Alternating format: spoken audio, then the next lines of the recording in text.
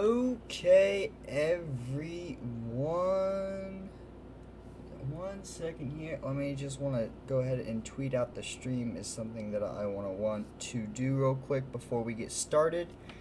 And then we can go ahead and get started for us today. So let me go ahead and do this real quick. Okay, and you know, I feel sometimes it's a little weird trying to get my the links for my live streams. Okay, copy that. Perfect. There we go.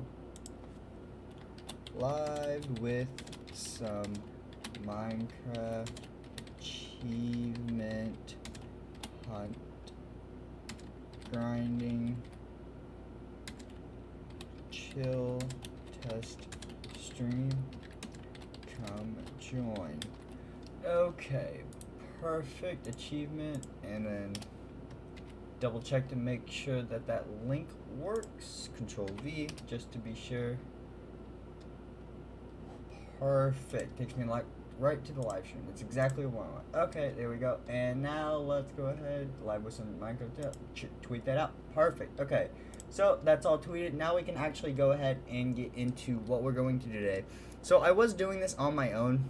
And then I figured I might as well just live stream it so I can talk to you guys, you know, get a live stream in. Because technically I am supposed to be at work right now, but I took the day off because to fix my sleep schedule and to get some work done and ahead on videos and content and stuff for you guys. So between those two things, I was working, and I figured I would go ahead and live stream for this for you guys to do a not a midstream day, but a actual during the day type of stream, you know. To see who we could pull in and everything, and see what we could do. I've got an excellent connection so far with the live stream. That's going fantastic. It seems like the new stream settings I put in for OBS are really kicking it out well. That makes me excited, because usually I would have some playback issues at the beginning of the streams where it wouldn't get enough video for YouTube to maintain a proper stream. But I don't think I'm going to be having that problem anymore. Okay. So you guys might be curious about what is going on right here. So there are some things I have done, if you haven't been able to tell by the wall right here, since last episode. And I'm going to do everything I can not to spoil everything I've done. Mainly the only thing you guys are going to see, that you guys can see that's done, is the wall being built up. Otherwise, you can't see any else work. That's all hidden away somewhere else. I'm going to do my best to try not to show you guys. You know, I don't want to spoil the episodes or anything. I kind of gave a sneak peek for the return of Pokemon Season 2, but that's not something I'm going to do every time. So let's go ahead and explain what's going on here. So I'm trying to do some prep work for our villager farm that we're creating up here. So I wanted a very flat level land, and I started working it out. Over here we used to have a massive pit. I filled it in. If you look under here, this pit is literally still here. So I'm trying to figure out the best way to make all of this level. And it's been kind of difficult because of the mountain area, especially on this side. So what I'm going with is I need to fill in this area next. It's kind of difficult because it's a big dent in. Because what it's going to do is it's going to raise and lower my land to different levels than my wall is already built, which isn't a big deal. The wall is going to be nice, big, and built on the outside. I'm going to raise it up to any levels that I need to, which I think I need to right here when I get over there with this, so villagers can't get out and everything. But the wall will still be just as tall as on the outside, so it's not a big deal. Now, the reason that I'm caving in this area out over here is because I need to decide where this flat land up here is going to end, and I don't want them walking down there into my farms and into my areas and doing all this type of stuff. It's not really something that I'm looking forward to, and I want to happen. So what I figured I would do is I would go ahead and clear this area out, because this was supposed to be my horse pen. If you see, there's not much space here for a horse pen. So I figured I would make the horse pen like kind of like this area, like an L-shaped horse pen. I want to make this area, in all reality, my horse testing area, and this corner right here is going to be like my exit. I want to build like an automatic door that I can like leave with the horse. Now we're not doing all that stuff today. Those are what I'm prepping for. Those are gonna be episode stuff. This is mainly mining, grinding out, and talking to you guys, which is kind of the point of these test and chill back live streams. So hopefully we'll have more of these. But that's my kind of idea, is to make this area a testing horse area, and that's what I want to go for and everything. It's gonna be weird because this wall is gonna be super flat and everything, but we can always work on that later. But luckily we've got all this cleared out. I don't like all this stone being here, and I don't like that the wall's not finished there, but we can worry about that later. I got plenty of stone blocks on me too, so that's good. Now I don't have to go back to the house or anything. So we need to go ahead and level out the rest of this area over here. Now, as you see, hey, you go ahead and picked up a farm. Good for you. Now you have a job. Coolios, and I can trade you, and I have the potatoes for that. We need to figure out this level over here and up here. I'm thinking we start here because in reality, I'm destroying all their houses. Now, that seems kind of ridiculous and unpurposeful and useless and stupid and maybe, you know, a waste of time. But the way I'm thinking of it is, I don't need a house per villager like an actual villager farm. So there's no need to build the extra farms for these villages. What I'm thinking is, if I destroy all the houses and I optimize my land, I can create one massive breeding villager area instead of just houses on top of each other. So what I want to do is leave their farms, so I don't have to build other farms for farmers as jobs. I'm just going to kind of leave the little ones there for them. I might have to lower that one so it's even with that one, because it's right now it's really annoying me that it's not even. But once again, it's all work in progress. And I need to figure out how I'm going to light this area up, because every few spots here or there, you can still get a mob spawn. It's rare, but it's still something that happens in the area of the walls, and that's something we don't want going on. That's one of the reasons we built the walls, was to protect villagers from things like mobs, you know, because we don't want zombie villages for our villager farms. That's not really something we want, you know? We don't make our people sick. We want to cure people. I'm gonna make sure I mention this in the next episode as well, but I had a pillager, not a villager, come into my farm area. I have no idea where he spawned at. He was just there with a crossbow and a flag. I don't know where he came in at, but I've got this screenshot here that I'm gonna pull up for you guys. I've got the achievement Voluntary Exile. I want to show you guys that I got that achievement because I have no idea what it was. I think it was just killing a pillager is the achievement for that. I'll double check on that and everything. But I want to make sure I get that known that I did get that achievement in case it doesn't pop up next time I kill a pillager. And it's known that I did have the achievement, because the whole point of this series is achievement hunt Minecraft. So I want to make sure I get all the achievements I have recorded and everything. So that is good for us, and hopefully we don't run out of blocks here, but since we're mining up the mountain as well, we're getting a lot more blocks. I already went through every stack of dirt, like the 6 or 7 that I had in my chest. So yeah, and I'm very big about when doing this, I don't fill it in underneath. There's no point to it. It's just a waste of blocks, you know. It's not worth it. Okay, so let's go ahead and continue building this way. Perfect. Make sure you guys, if you're in the chat and you're enjoying the stream, you know, go ahead and comment down below. I love to talk to you guys. Always makes it a lot more fun and interesting for me, that is for sure. And I want to go ahead and, while we're live, go ahead and thank you guys for all the support. Seriously, on the channel recently, you guys have been killing it in views, killing it in support and likes and comments. I've been seeing an outrageous number, and compared to what I've usually been seeing on my videos and stuff. And my live streams, I've actually, even after I've done streaming them, they're still getting good views and comments and likes and everything. So I want to let you guys know I'm really appreciative of that, and look for more to come, because it's not going to stop anytime soon. So we're going to go ahead and build these walls up right here so we can make sure that the villagers that we do have don't escape. Because look, every single time, I swear, every single time a villager notices that the wall is actually able to be jumped over it, they go for it. They're trying to escape. It's like they have just smart enough AI to understand what's going on to them or something, and it doesn't make much sense to me, because, you know, villager AI is not smart. Minecraft AI, you know, it's improved, but, you know, it's nothing fancy. I remember the good old days when mobs would just walk themselves into lava. Now they actually have smart AI, and they walk around or stop lava.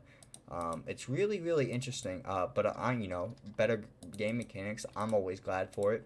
So, okay. Now we've gotten all of this flattened out. We need to work on this, and this villager is going to be a problem, isn't he? So let's go ahead and start surrounding this house, basically. Ow. In dirt is what we're going to be doing here. It literally is just surrounding this house in dirt. Because this massive space underneath, we're not going to be using at all. Like, I'm just going to fill it in. And that sucks because, like, look, we have all of this wall that we've built here, and we're just kind of knocking off this land. But it's going to be a lot easier for us if this land is just, completely flat. So I'm going to go ahead and destroy this house. And I will thank you for the bed, because the bed is going to give me another slot for you guys to sleep in. And I haven't destroyed the other ones yet because I don't know what technically happens if villagers despawn if they don't have a bed or whatever. So I've just left them for now. Because I have noticed that since I've started doing this with the walls and destroying beds and everything, there have been less villagers. I don't know if that's them walking away, if that's because there weren't very many villagers in this farm to start this village to start with, anyways. Plus, the village was one of those that was super spread out and danky and really, really weird. So I don't know. And I lost the really good merchant that I saw that I never got to trade with him. He was I think it was the one you get for putting down not the book stand, but I think the potion brewing stand is that's the one we had. Because I think he's the one who came from the chapel. And he's no longer to be seen. I can't find him anywhere, which is really sad. But that's okay. We can always make a new one. But the idea is, as long as we have a couple villagers to start out with, we'll be okay, because that means we can breed them. As long as we can breed them, we'll be all good. And we have at least 2, so that's perfect for us. And we have all the space in the world. We just have to make sure they have plenty of jobs and everything, which they will, because when we set up the area that they're going to sleeping in, I want to put all the jobs and everything right next to each other, and bada boom, bada bam, and then we can have a massive, beautiful villager farm, and that's what we're going for. So hopefully we can get all of this done real quick. There is no time limit on today's stream, by the way. I just want to get a good amount of work done. I do have to record quite a lot today, though. I want to get... In all honesty, I want to get about a week's worth of videos done today. And the reality is, that's just so I can fix my sleep schedule and I can stay ahead. The only videos I don't record that much in advance would have to be the Pokefine podcast. Everything else I try to record that much in advance, and I'll be honest with you guys. That's what I do. Wow, what was that? I just couldn't speak there for a couple seconds. It makes my life a lot easier, and it helps get my content prepared for you guys. With my current internet speeds, I don't have to do that anymore, because I used to do that because it would take 3 to 4 hours for me to upload a video to get it ready for you guys. It only takes me 10 minutes for it to upload to YouTube now. You have no idea how happy I am about my internet situation. It's helped so much, and I'm so happy with it. I really am. With that all fixed up and everything, I don't have to do that, but it's much better for me, and I feel like I put out better content when I prep for you guys, because if I don't like it, I know I have time to re-record it. I can take more time to edit it. I've been trying, nothing too serious, but, every once in a while, trying to take the extra time to edit my videos a little more, as I do the basic edits and everything, but I don't always have the time to do all the editing that I would like. I don't do super serious, massive amount of editing with my videos. I like the somewhat raw cut, go with the flow type of feel with it. But at the same time, I do want to work on my editing skills. So hopefully this is something that will also help bring up my skills getting ahead, so I can allow myself to work on my projects for a little bit longer. It's all little things that I'm trying to do and put together so I can improve my content for you guys. So, and I'm running out of dirt. Come on. Perfect. We're almost filled in with this hole there. And there we go. Okay. Perfect. Okay, let's mine this up. Need you, thank you, and you're going to be returned there. Okay. Now we can go ahead and start mining up this area a little bit, because we're going to need some more dirt blocks here in a second to finish filling up this hole. Plus, we have to go ahead and get rid of this mountain anyways. And my shovel is about to break. I should go and fix that if I have the levels for it.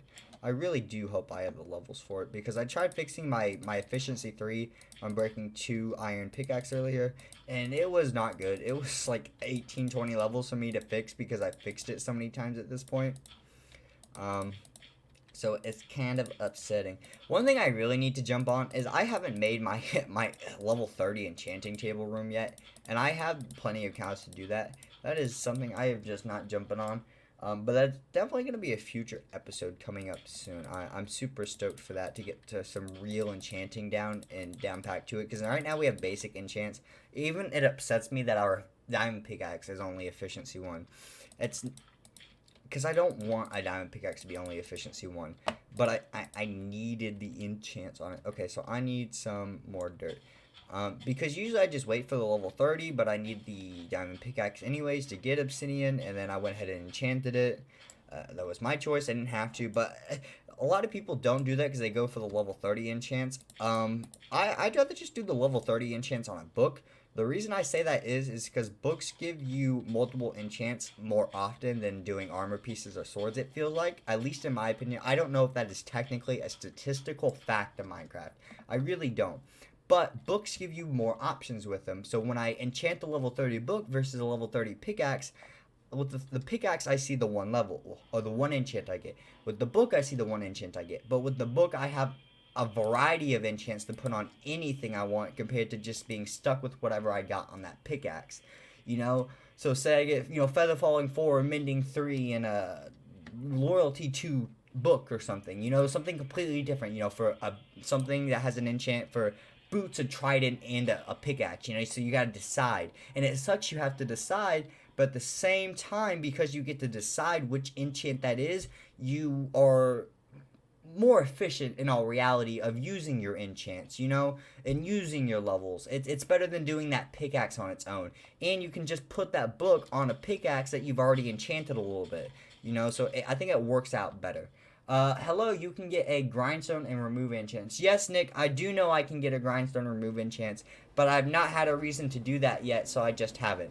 That is a feature of Minecraft I usually do forget about, but I do think that books are just naturally a more easy way to be in control of your enchants, and then trying to enchant a pickaxe level 30. They helped it out a lot when you only lose 3 levels because of the lapis now. That was the only reason I ever enjoyed them putting lapis in enchant. I broke my... Oops. That's okay. We'll just make another one. Actually, do I have levels? Yes, I do. We'll just go enchant another one, but we won't have unbreaking on it. We'll be efficiency. But yeah, I just personally feel the books with the lapis and everything is much more efficient in the long end. So Nick, I'm so glad you make it out to the stream, bud. I'm so happy you're here. This was a random stream. I hadn't planned on it, but I'm so glad that you're here today. I'm gonna go ahead and give you a bit of a fill-in for... Is it nighttime? Can I sleep? No. Okay. A fill-in for the live streams and everything, because I know I've covered it in Pokefine podcast that's about to come up, but I don't think I covered it in the last one. And why am I need to make a shovel and enchant it. Oh yeah, I need the lapis, that's why I was in my chest. So basically live stream is going to be happening every, well not every, I don't mean every, like in every week or every day, or until I get more used to it. But live streams will happen genuinely Thursday through Saturday. They won't be on Sunday through Wednesday. So the days I work, and I work from 5:30 a.m. to 7 p.m. to 5:30 a.m. I about had that backwards, my bad. So it can be a bit of a difficult for me to grind and live stream during the week, but I will have it mainly during the weekends. Now I don't know how often I'm going to be live streaming each week, if it's going to be 1 to 2 a week, if it's going to be 1 a day on the days I can do it. It's not something I've really planned for exactly yet. I live stream when I can right now, and right now, I should be live streaming more often. Starting next weekend, hopefully I'll have at least 1 more stream up for you guys during the weekend. It seems like I've got all my OBS settings fixed. Everything seems to be good. I've had no problems with the stream so far. So that's really, really helped out. Ugh, I'm thirsty. Oh yeah, I have my sweet tea.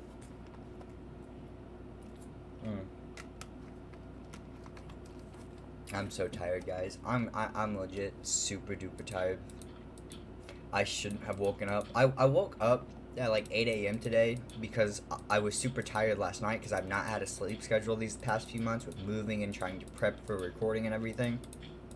So I went to sleep hoping to wake up early so I could get recording done, and I did, but by the time I was supposed to go to work, I was so flippin' tired, and I had to put together my new bed still, which I've now done and everything. but I just really didn't want to go to a 10.5 hour shift at work, so I decided not to go. Which is okay, they give me time so I don't have to go, but, I only get so much per... I have something on Pokefine that might be able to help you. Now, Nick, you know the rules. I won't just accept handouts. Now, I did accept it from... Who was it? This is my sleep deprived. I can't remember who it was. It was Epic. Epic gave me a lot of sellable items, which I really appreciated Epic for. The only reason I accepted those free items were because they were sellable, and he literally had so many. He filled my inventory twice. He had to have the most god tier backpack of all time, because I'm too lazy to buy backpacks, and I won't do it. But so it's one of the only reasons I helped accept it. If it's just sellables, I'll probably accept it for no trade, and I'll still try to trade you or something for like a stone, whatever. That's what I did last time with some people or other people that I met on Pokefine to help me out, as I traded sellable stones for sellable items because I've got so many of them. But Nick, we can always talk that out next time we see each other. Epic. We can always talk that out the next time we see each other online and everything. But once again, I try not to just accept handouts. I really try to do it all on my own to make the series legit and everything as possible. And I do appreciate your guys' help, but I know you guys also understand. Yeah, he is a rich player, Nick. He really is. I know I stopped my train of thought there, and I'm trying to continue a new one. But Epic is a rich player. He put me up to, I think, between grinding out all the trainers that I had and selling a bunch of items, I was up around almost $200,000. But I have Pokemon you can trade for. Ooh, interesting. That is really interesting, Nick. Nick, you keep saying things. Now I've lost 3 different trains of thought. I don't know what I was talking about. Yeah, big brain fart. Anyway, but I have a Pokemon you can trade for. So yeah, we can talk about that more. What do you have to trade? What are you thinking to trade? What are you looking? Are you looking for anything specific? What are you wanting to give me?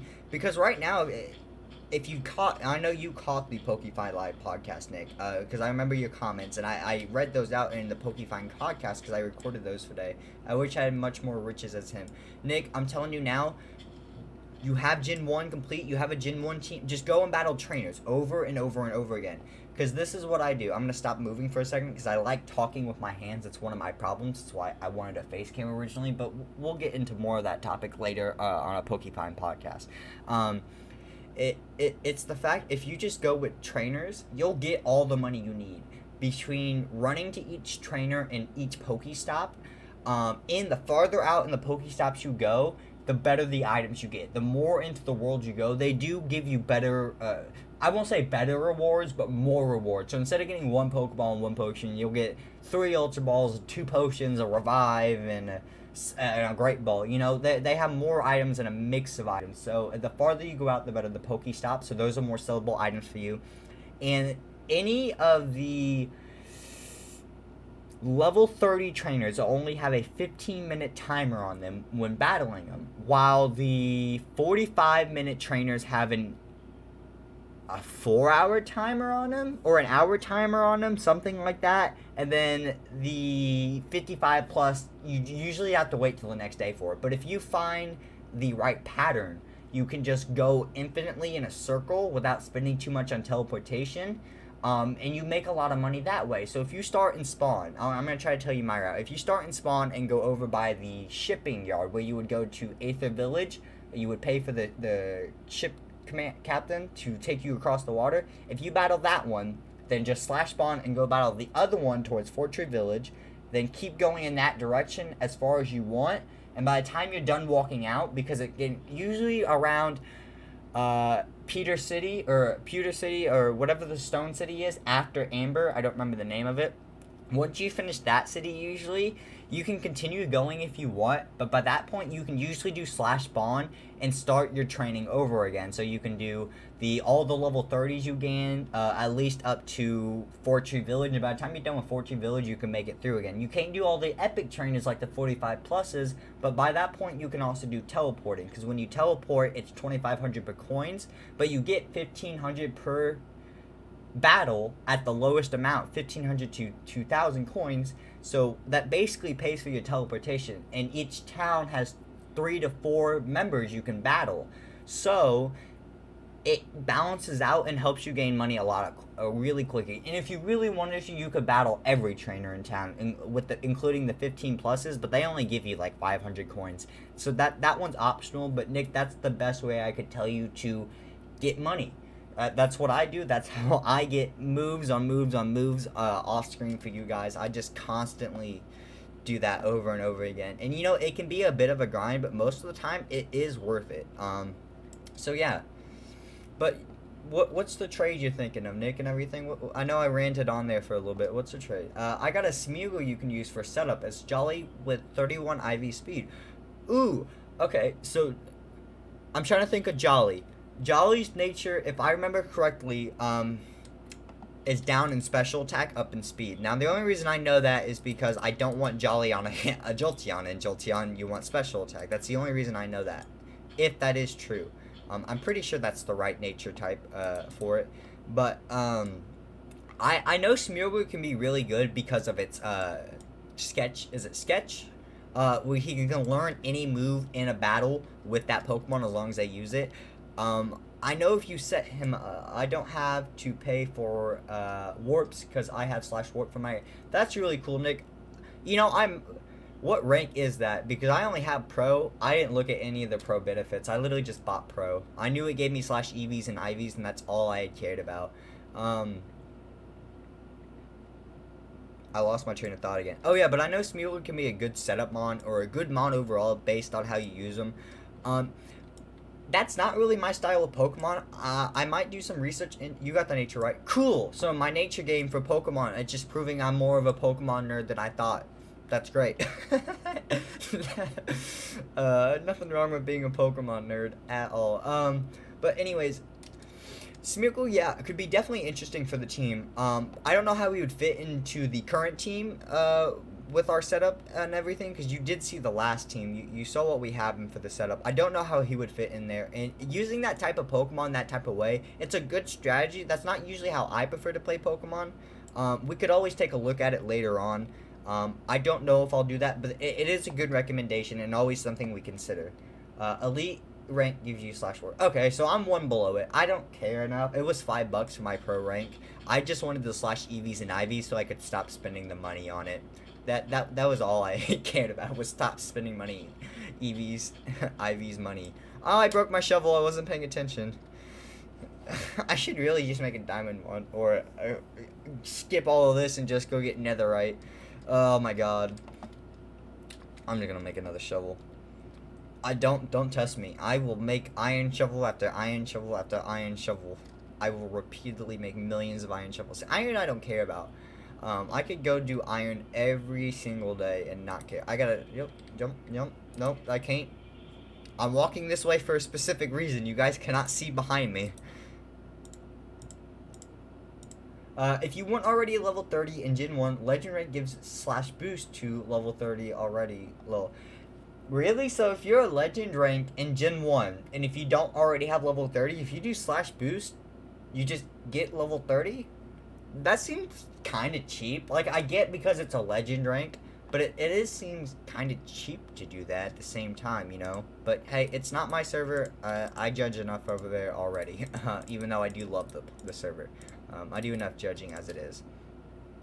I don't want you flowers. Get out of here. Elite rank is the middle rank. It goes pro, expert, elite, champ, then legend. Oh, okay. Yeah, I don't care. I just went with pro. I only wanted the EVs and IVs. That was legit the only thing I cared about. And I have the Pokemon nicknames as well, but it's just expensive to do Pokemon nicknames. And I don't have enough to enchant. That's okay. I need to put like all this junk in my inventory back. Okay, let's get the flowers. Let's put those in there because I do not care. Extra seeds.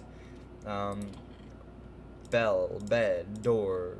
Throw all that in there. Hit you and you. I walk out this way like this because I can't show you guys that corner because that's literally one of the next episodes coming out, and I don't want to spoil it. Something too fancy, but I am very proud of it. I'm trying so hard not to spoil the next couple episodes, because I've got the next 2 episodes recorded and posted already, but they haven't come out yet. So because one comes out tomorrow, and that it will show you guys the beginning of what I'm trying not to show you guys in the corner over there. But make sure you check out tomorrow's episode if you really want to know what's going on, because I think it looks absolutely fantastic, and I'm so excited for you guys to see what I've done with it all. So yeah. So we're almost done with this leveling out, which is really nice. Look how nice this looks. Just having a nice level area. Oh my god, it looks so nice. I can't wait to replace all the walls and everything too. We need to go ahead and destroy this house. Bed. I already got the bed in here. There's tons of blocks in here too that I don't use. I need to expand my block. Like my use of blocks for building. Like I never use bricks. I like bricks. They're just really annoying to collect. You know, and so basically the rest of the ranks besides pro is expert gives poke heal, elite gives warp for free, and then champ gives fly, and legend gives boost, and then ranks give eggs. Yeah, I know. I saw that. It was maybe it was one above me. If not, it wasn't one. If it wasn't expert, it was definitely elite. Expert might give you one, but they gave you eggs, and I could have gotten an egg for that. I could have spent the extra $5. I didn't care. I didn't. I'd rather just stick with the pro rank. That's all I need. EVs, IVs. I'm chilling. I'm good. I need to get rid of all of this. I love how one of the things I wanted to do in this series was work on my building skills, and everything looks great. But when you look at my house, it looks good, but it's the most basic building out of everything that I have around me. The outside of it just looks super good, but super basic. Also, do you know if Unknown is good? I have 2. I don't think Unknown is actually good for battling. The thing with Unknown is, yes, he's rare, and he's considered to be a rarity of a Pokemon, especially considering Unknown has 26 different forms, each letter for the alphabet, so it's very difficult and hard to get all of them, even though technically one of them fills your Pokedex, I think, for that slot. I don't think he's a battling Pokemon. I really don't think he's good for battles. You would have to do some research on it. That's not really my area of expertise, but I don't see him doing very good. He's one of those that's rare, that's really cool to collect if you're a Pokedex filler, but not something you would really set out for if you're a team builder, like I am. Like I'm not big on filling the Pokedex. I just never have that gut instinct to want to fill it all. It's not something I specifically drive for when I'm looking for a Pokemon series or anything. But that's just me. So I just see Unknown as being one of those Pokemon. It's one of those cool ones you can catch, or a rare one to nice and have, or it's a neat collection to get all 26 and be able to fill the Pokedex. But I don't think it's good for battling, no. So I am sorry, Nick, but once again, it's not my expert opinion. It's what I would think of regularly. Now, I could be wrong, though, because you get things like Shuckle. Shuckle can be a massive, overpowered Pokemon. He really can be. If you get the right nature, EVs and IVs, that guy can be overpowered with, I think it's, maybe it's Toxic. I don't think Toxic is on his move list. I know Infestation and String Shot, I think, I know Infestation is. I think String Shot is. But, yeah, Unknown could be one of those really random ones that doesn't seem like it, but I'm just not completely positive, so I don't want to give you a definite answer of one or the other, Nick. That's the best I could do for you, and I hope you appreciate that. Hey, you see what I mean? This is why I want to work on this, because technically, I know that they can just barely spawn over here. Just barely. Do I have any torches? Yes, I do. I can't wait, because after I get all this set up and the villager farm set up, I plan on getting the nether going on in a couple episodes, just so we can work on getting a better lighting system set up and everything. By the way, can you tell me if my team is good? It's Dragonite, Breloom, Swampert, Snorlax, Blissey, and Alakazam. Okay, So we have a Dragon Flying, a Fighting Grass, a Ground Water, a Normal, and a Psychic. So you have 2 tanks, but one's a special tank, which is Blissey, and then you have a physical tank, which is Snorlax. Okay, that's not bad. I don't know how I'm not comfortable with running 2 tanks on my team. I'm barely comfortable with running 1 tank on my Pokemon team. But that's my personal opinion. That if you're okay with that, I don't see a problem with that. It's all kind of dependent on your setup with them for those two. Dragonite's obviously a good Pokemon. You know, you can't really go wrong with him. Breloom, grass fighting, pretty good Pokemon overall. Breloom's actually really sick. It's not a Pokemon I've used very often, or really at all, I don't think. But I've always had high recommendations for him, and I've always wanted to use him. I think your team's... Is that 6, 3, 4, 5? Yeah, that's... I think your team's pretty good, because you don't have too many overlapping typings. You have 2 normal types with the Dragon, Grass Fighting, Psychic, Water, Ground. I would take a look at it, because I'm not looking at it on a paper, and it's not my team, it's harder for me to look at it and tell, especially because I don't know how I'd want to do the moves and everything. But I think your biggest thing you need to look and double check is the setup for the Mons and how well they work together. Because that's a weird variety of Mons. That's not something a team that I would usually use, or I would see many people use, just because it is slightly random. I think you just need to make sure they work well together as a team. So just do a couple battles, probably see how you feel about them, what's the best way to kind of get that dynamic with them. You have Alakazam, which is a glass cannon, but I think that's okay because you do have 2 tanks that kind of make up for that. I think it is a solid team overall, but I think there are some things you might have to look out for. Yeah, I think you would just need to look out for weaknesses and getting that dynamic of the team. I think overall, though, that's a pretty decent looking team, though. I will say that looks like a pretty decent team, but once again, when it comes down to it, it's all kind of based off the setup with it. You know, any team could be good when you play with it right. I'm still working on the moves. Okay, you know, most people are. When it comes down to it, yeah, it will have to do with the moves. Any team can work on Pokemon if you know how to use it and set it up correctly. Doesn't matter who's on the team. As long as you're not, you know, 18 fire types or something ridiculous. Wah ha ha ha, fire, like the Fire Nation attacked. I love Avatar: The Last Airbender. I've literally rewatched the show like 3 times in the last month, and I want to watch it again. It's because it was supposed to be a 4th season of the show, and they canceled it for this crap fest they call a movie. I'm ranting about Avatar. I love ranting about Avatar. I always do. But yeah, Nick, it looks like a pretty good team overall. I think it just needs to be some quirks you have to work on, you know. Hey, you're back! I couldn't find you earlier. Cleric, that's what you're called. Yeah, I think it's just moves, setup, you know. I think it's all going to be kind of dynamic. Plus, it's all going to be dependent on your situation. What gens you're in, what Pokemon you're going to be facing. That's what it all kind of comes down to. I would get a couple of extras, you know, something that really stands out to your team that doesn't add any more weaknesses or make any weaknesses you currently have any stronger as backup mons, kind of like the way I had like 8 or 9 level 100s for switching out when I was grinding out on Gen 1. I think that would be a good idea just in case. Otherwise, I think it is a solid team. So good job on that. Oh my god. I'm gonna break this shovel too, jeez. I look at all the dirt. I can't pick any more of it up. I don't care either. It's just dirt. Oh my god, I'm nowhere close to doing this, finishing this too. I need a drink break. My throat hurts. Where is my... Yes, I know I'm taking a break right now. I'm looking for something that I'm not gonna say on stream. Just because.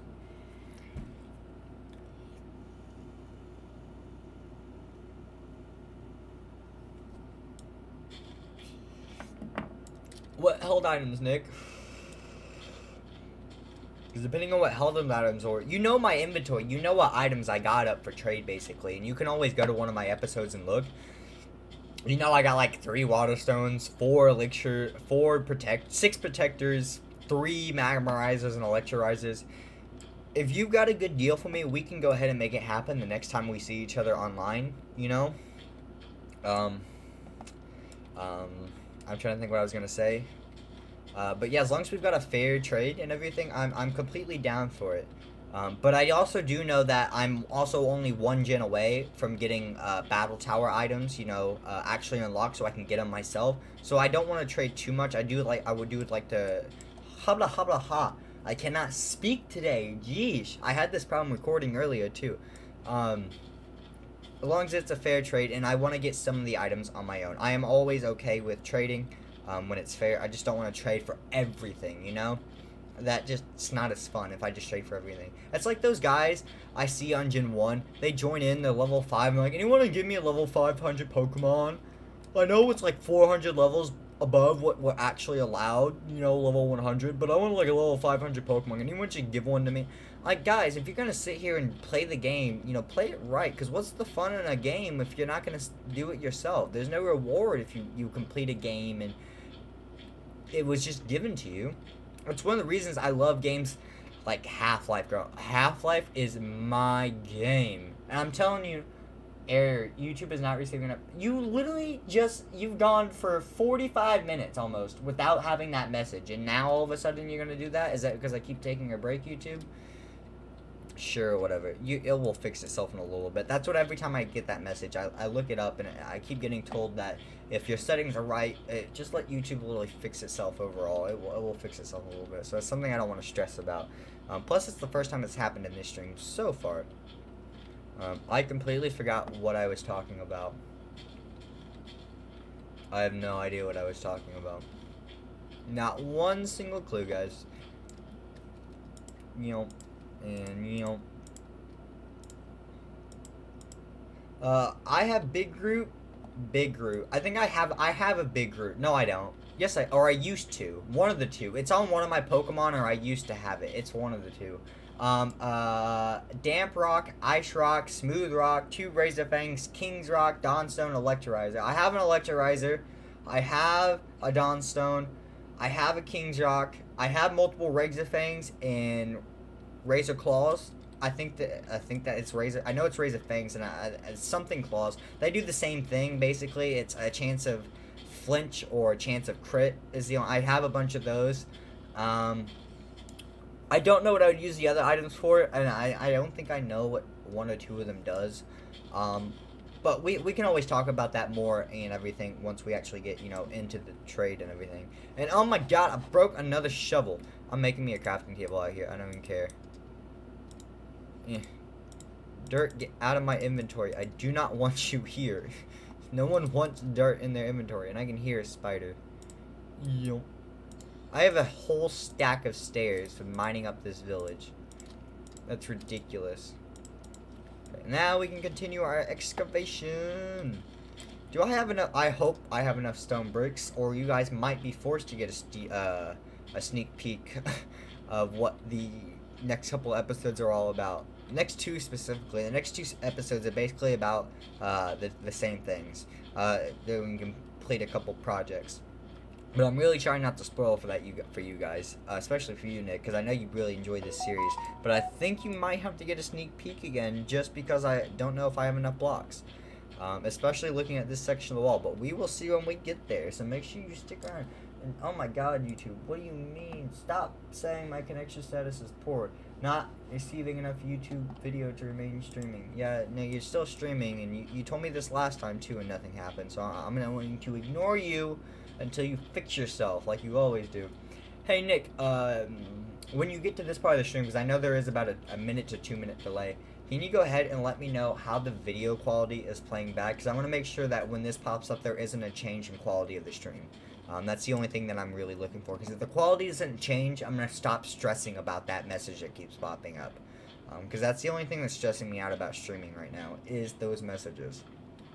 And I got an itch on my knee. Yum, yum, yum. Yum, yum, yum, yum. I'm running out of conversation topics.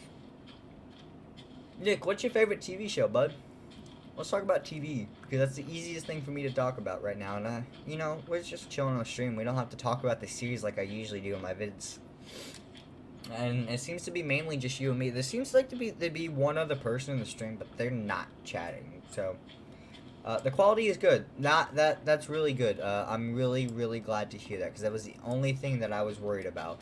Because I did 2 stream tests, Nick, and you know about those. Those are the 2s that I did at late nights, and you weren't able to make it to. But I also changed all of my settings for OBS, for streaming and recording after I did those streams. Why is this buried?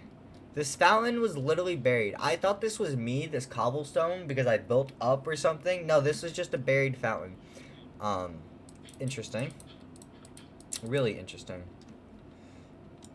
Hi, go ahead and dig you out. Perfect, thank you. I like the Pokemon show, like the actual anime, the original anime. I hope that's what you mean, because I want to talk about regular TV shows instead of YouTube. But if you want to be YouTube, you can just say more specific. I want to make sure I get what you mean. But if you're talking about the original Pokemon anime, yeah, I love that too.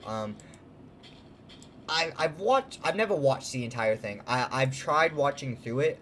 I've literally done all the way up till I haven't hit Black and White yet.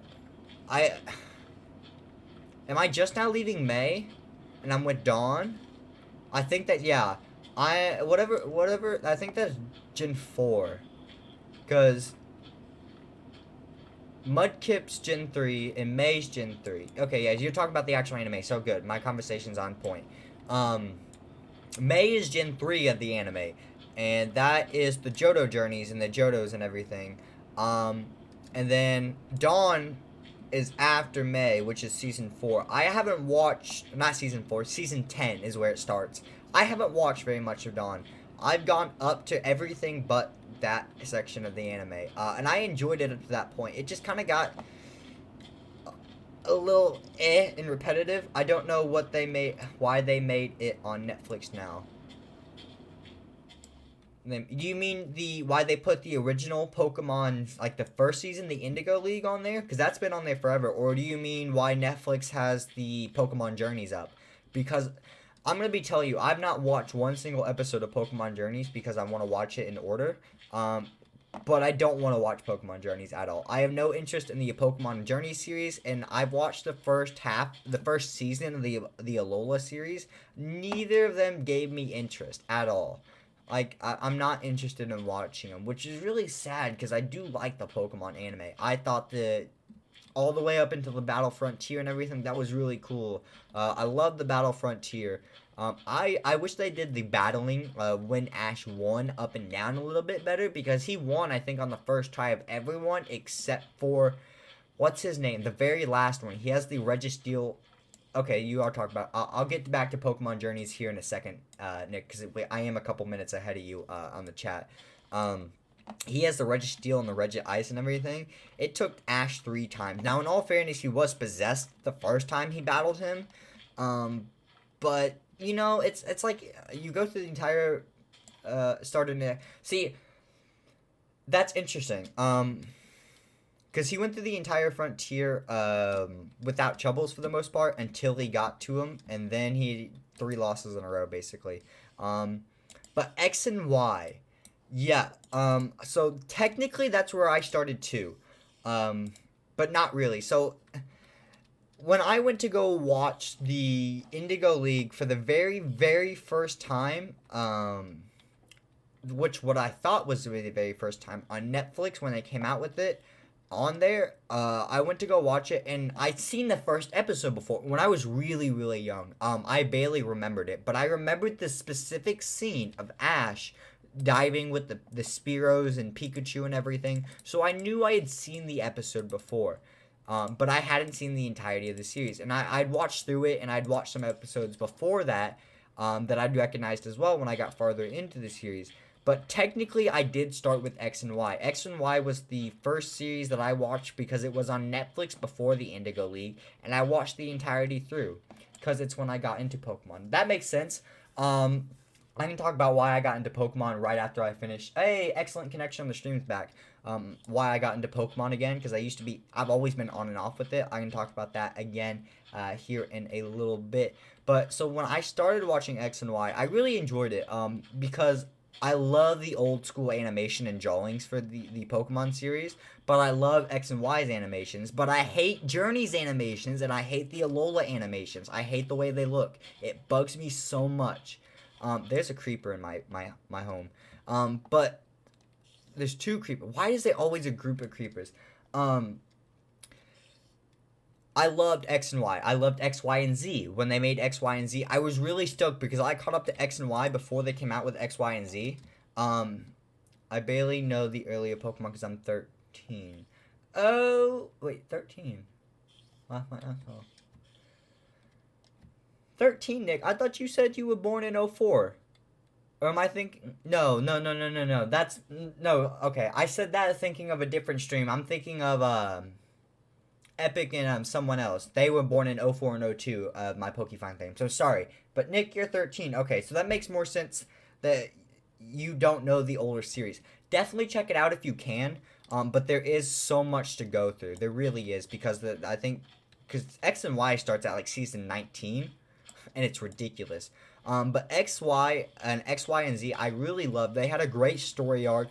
They had amazing battles for the XYZ series. I thought the strategy they had to come out with was absolutely fantastic. Like when Ash has to use the Trick Room strategy to speed up his Talonflame because his move, what is it? It's Flame Charge. He uses it in Trick Room, which slows down Talonflame, even though Flame Charge usually speeds him up. Now, he does this because, if you remember, Nick, he does this because he's trying to speed up Talonflame. So as soon as that Trick Room ends, he's going to be super fast. So it was a lot of strategies and like that, which is one of the reasons I enjoy the Pokemon anime so much. Because as much as I love the games and battles, you can't do the same things in games and battles like you do in the anime. I have watched a few older movies like the Arceus one. I've seen a lot of the original movies. But I've never seen them in order. But they all are canon. I know that. They all do link together to the series. But X and Y was one of my favorites. And when Ash Greninja appeared, I was in love. Now, it was a big setback. And then a few like Indigo League and then some Black and White. Indigo League's one of my favorites. Orange Islands is really good too. Because it's nice and short. But Ash Greninja became a very much big part of my Pokemon career and love for it. It's one of the first things that it wasn't what I got back into diving into Pokemon, but it's what made me start watching the series again outside of X and Y, X, Y, and Z.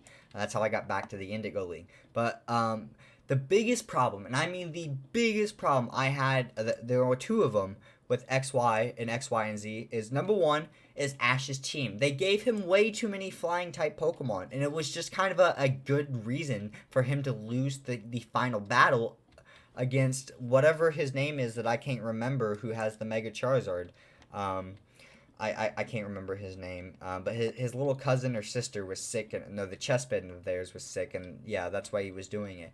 But that was biggest problem number two is the fact that he had way too many flying types. My biggest problem was the fact that he didn't win. Yes, I understand that if you pay attention to the Pokemon series, they always cut it in half. Oh god, there's a guy in a dream skin chasing me on Pokefine, lol. That's hilarious, Nick. But when we watch the series, he comes in 32nd of his very first big tournament in Indigo League, right? And then he becomes 16th. Top 16, then he comes top 8, then top 4, then top 2, which is X and Y, then he wins in Alola. But that really pisses me off, purely for the fact is he should have won X and Y. After all that time, Black Clothes dude with the Charizard, I can't remember his name either. Yeah, but you know who I mean. You know who I mean, man. Hey, Spider. Hey, I'm trying to work here, bro. I'm trying to work. Okay, but it's the fact that after everything Ash has been through, up to X and Y, to that final battle with him and Ash Greninja, there is no reason he should have won. With all his knowledge, which he does carry over in canon, we know that. It's been proven many, many times, even though the Pokemon tries to reset itself. The Pokemon anime loves trying to reset itself. Everything's canon, so they can't deny it. He should have won. Yeah, they gave Ash way too many flying types. I know! And he should, even with all those flying types, he should have won. Just because it was the best battle, the best animation, and one of the best series of the shows that had a long time. And like, it is kind of hard for me to watch nowadays because it's very childish with Bonnie and everyone. They should have called it Pokemon Air. That's kind of funny. Pokemon Air. But yeah, they should have. It is more childish with the animations and Bonnie and everyone, but I do like Bonnie. I wish Bonnie actually, became a Pokemon trainer before they ended it off, That was something I was really looking forward to in the show, but they never did it. But yeah, it was really annoying that he didn't win that series. X and Y, X, Y, X, Y, and Z, that's when he should have won. And that's what I would say about 85 to 90% of Pokemon fans agree, that Ash should have won at X and Y. It was the perfect setup, but they ruined it and they go on to Pokemon Alola, and I've never watched the entirety of Alola. Like I've said before, I barely watched the first season, and I just wasn't into it. But it's the fact that everyone was disappointed by the Alola final battle, and I was really disappointed too. The final battle for Alola is just not good at all, and it really, really bugs me. There's no real strategy to it, It's all about quick and power, which is good, but it's not like the strategy we had in X and Y. Because one of my favorite things about the Pokemon anime over the Pokemon games is the fact that the strategy really comes into play. Like Rhydon Horns being an electric absorber for electric type moves, or splashing the pool of water out so you can actually attack your underwater opponent or something. Things you can't do in the games. That's one of the reasons I really enjoyed the anime, and they didn't use that in Alola, and I assume they didn't use it in Journeys because I just didn't look at Journeys. Yeah, I gotta say I don't really like the newer ones very much. They aren't great. Yeah, they took a big turn, and I think what they were trying to do is really turn the demographic to newer, younger kids. Like, they had a rap on them, but not like they did when it first came out with us. Not like, when Fire Red, Leaf Green, and everything was coming out in 04.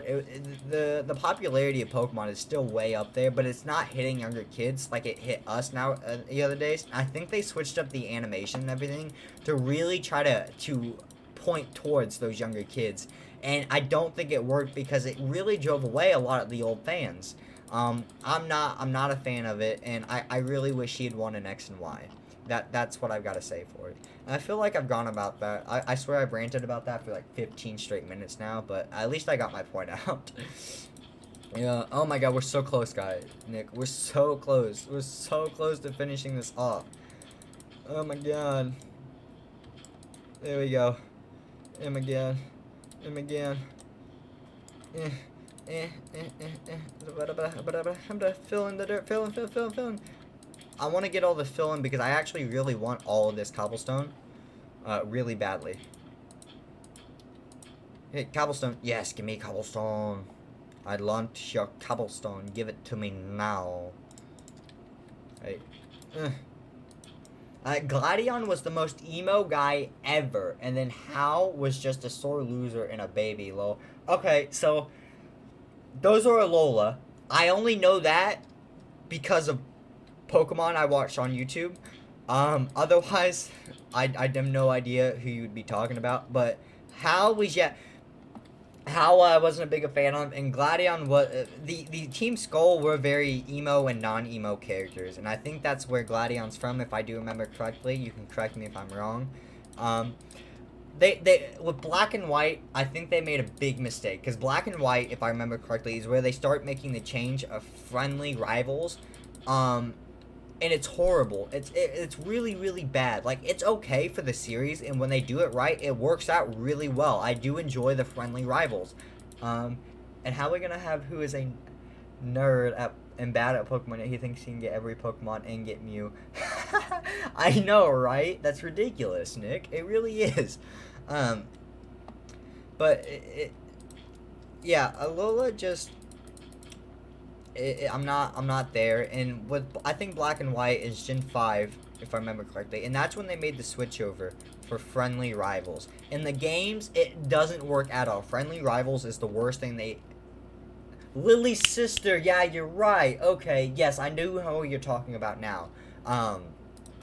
But yeah, it it's very bad, is what I want to say. It's very, very bad. The rivals being friendly. Now, if you do it in the anime, like X and Y, they had great friendly rivals. It worked out so well. Like Trent and Trevor and all of them with the Froakie line versus the Trico line, and the Mega Sceptile versus the Ash Greninja.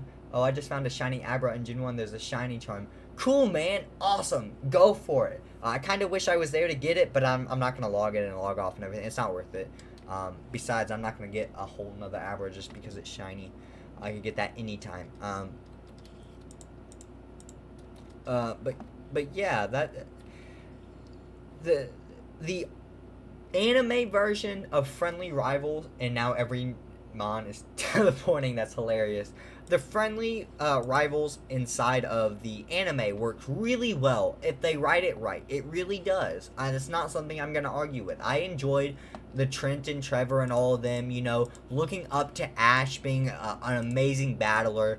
Having that battle constantly between the evolutions of Froakie and Sceptile and everything, that is so good and so cool. And it works really well because they are friends in the anime, and that's how they portrayed it. But it just doesn't work in the games. It doesn't at all. It doesn't work, and the fact that it is because there's no dynamic between the characters. It's all set pre-dialogue. While in the anime, you get that feeling, that flow for the characters, you know, like connection between them. It's not the same in the games. Now, I keep skipping over it, but one of the reasons I got back into Pokemon. Okay, let's go. Where do I want to start with this? Okay, so I was into Pokemon for, I don't remember, for a good while when I was younger. Now, I can't remember why I got into Pokemon, because it wasn't around me, but it was something I was really shy about. Don't worry about the Abra is bad. You have to remember that Abra, the stats of Pokemon when you catch them aren't the same all around for every person. I've proven that many times, even though many people want to argue with me about it when it comes to Pokefine. But back to what I was saying.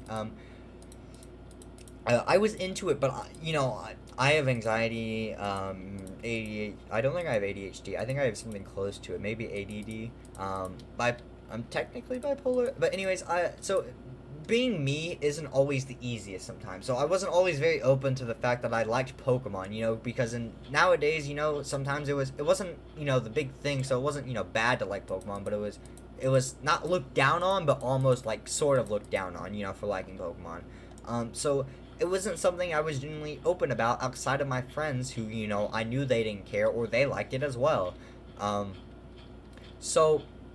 And then I dropped off for a very long time. I don't think I picked it up again until I think I dropped it around 10 or 11, and then I didn't pick it up again until about the age of 16. I think it's been 3 years since I really started back up. 3 or 4 years. I would say that because what reason got me into it is I was watching this YouTuber called Ghost Wolf Games. I loved Ghost Wolf Games because of his modded art series, and that was his main content that I watched him on. But I was going through his other series, looking for a Worms video, something that he had created, because I love the Worms indie battles as well, so I could watch it, and something that came across to it was a Soul Link that they hadn't finished. It was an X and Y, not an X and Y, it was an Alola Soul Link, and it was really cool. You know, I was really intrigued by the fact that they had the same game, and you know, they were connected Pokemon, so if one fainted, they all faint. One of the other ones fainted,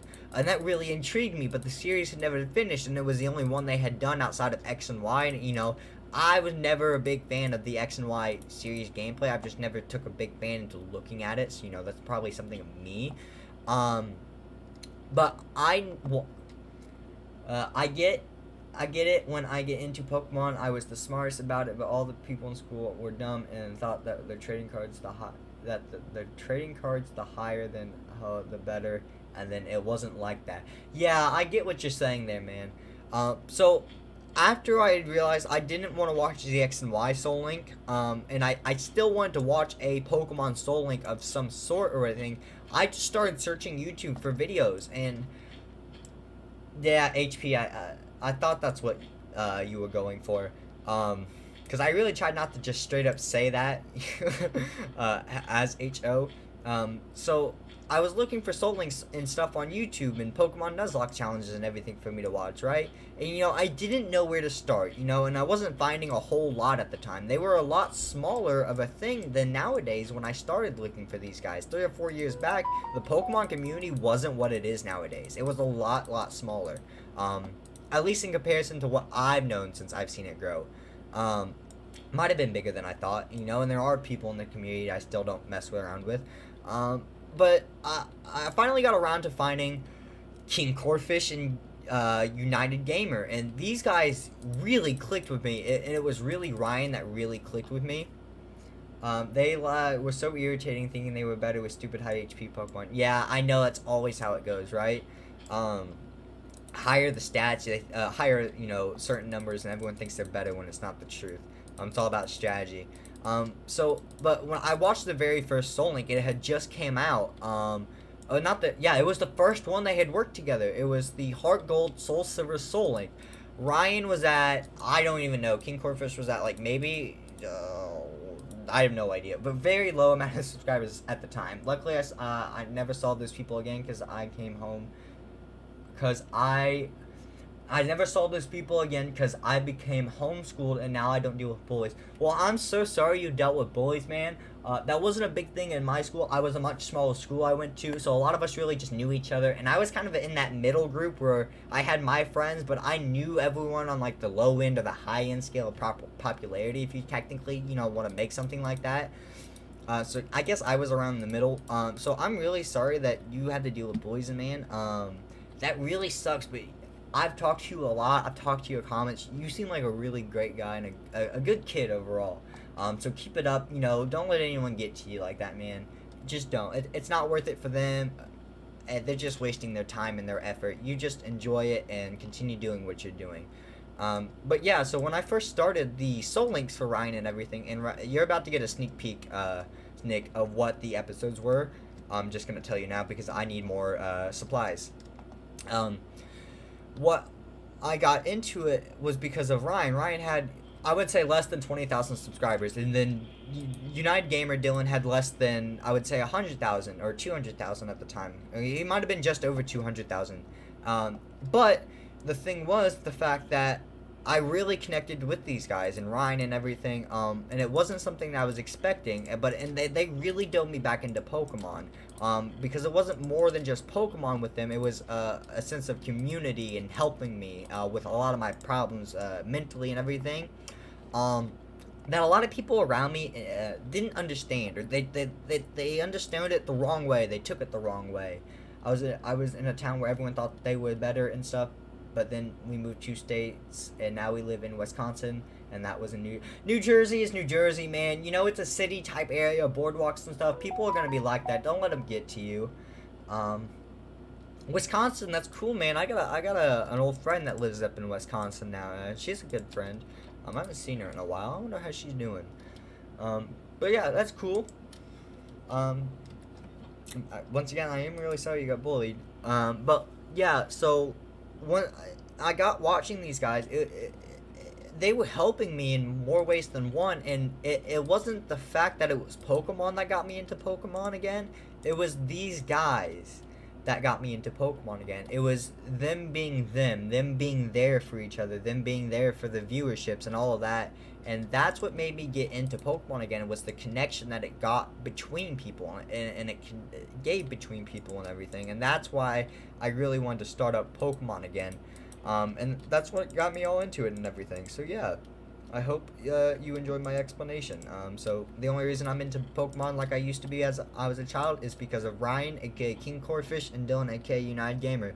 Those are some good buds of mine. If you ever get Twitter, you can actually check my Twitter and see that my profile picture is me and King Corfish or Ryan. We're actually at 2020 PAX East together. It was one of the best trips of my entire life. I would do it over and over again, but stupid COVID ruined it, and I'm so mad. But Ryan and them, yeah, they're all a community, and that's one of the reasons I got into Pokemon and inspired me to be a YouTuber.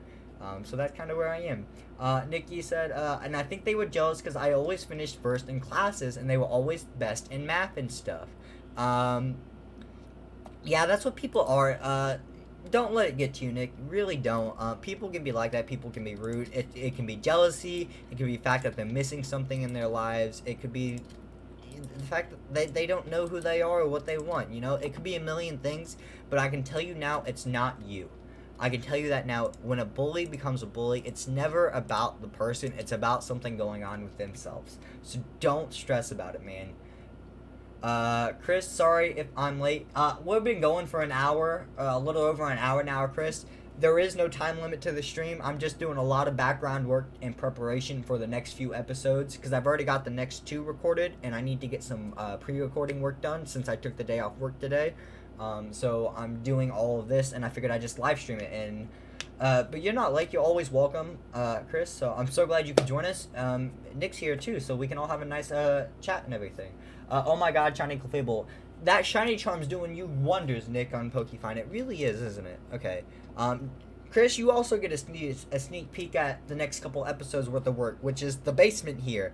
Don't give anything away. That's the next two episodes, is the basement and the walls and everything. So don't give that away, because we're really getting past the point we're about to get to the villagers. And oof, it's a Jolly Nature. Sorry, Nick. Sorry, it's a Jolly Nature. But yeah. The next couple episodes about literally everything you're seeing right here in preparation for everything. So just hope you guys like it. What do you guys think of the design, by the way? Since you guys are getting a sneak peek, what do you guys think of my basement design? I went with a really dark theme, and you'll hear a lot more about that in the episode of why I liked it so much. Because if you look at my furnace system here, it's really overcomplicated. But it's really nice, and I do enjoy it. I just hope I can condense it and make it more redstone-y and natural and efficient and everything as soon as I can. No problem.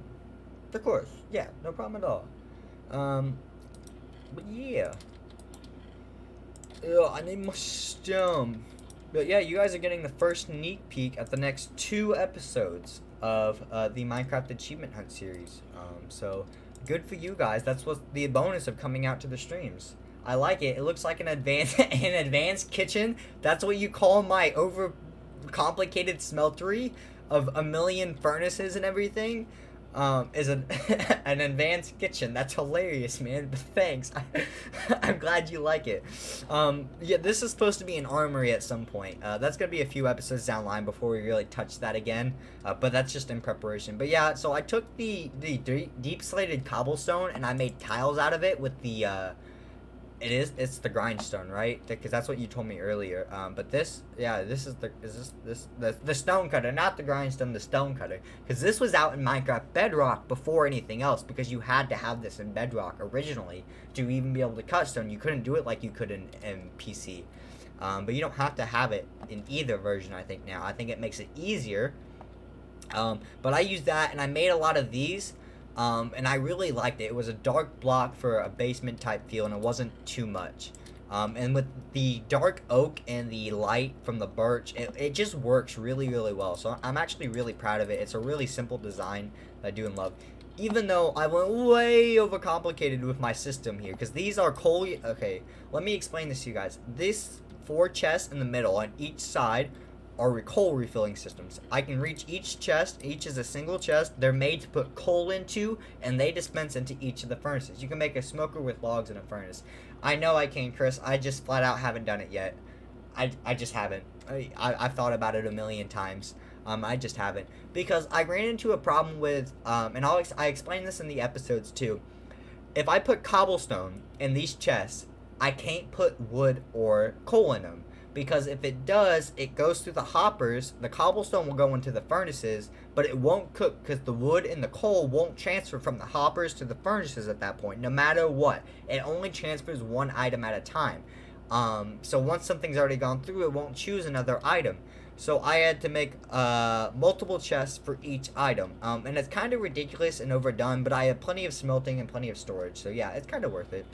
I'm waiting for these things to smelt up so I can get all the stone at once.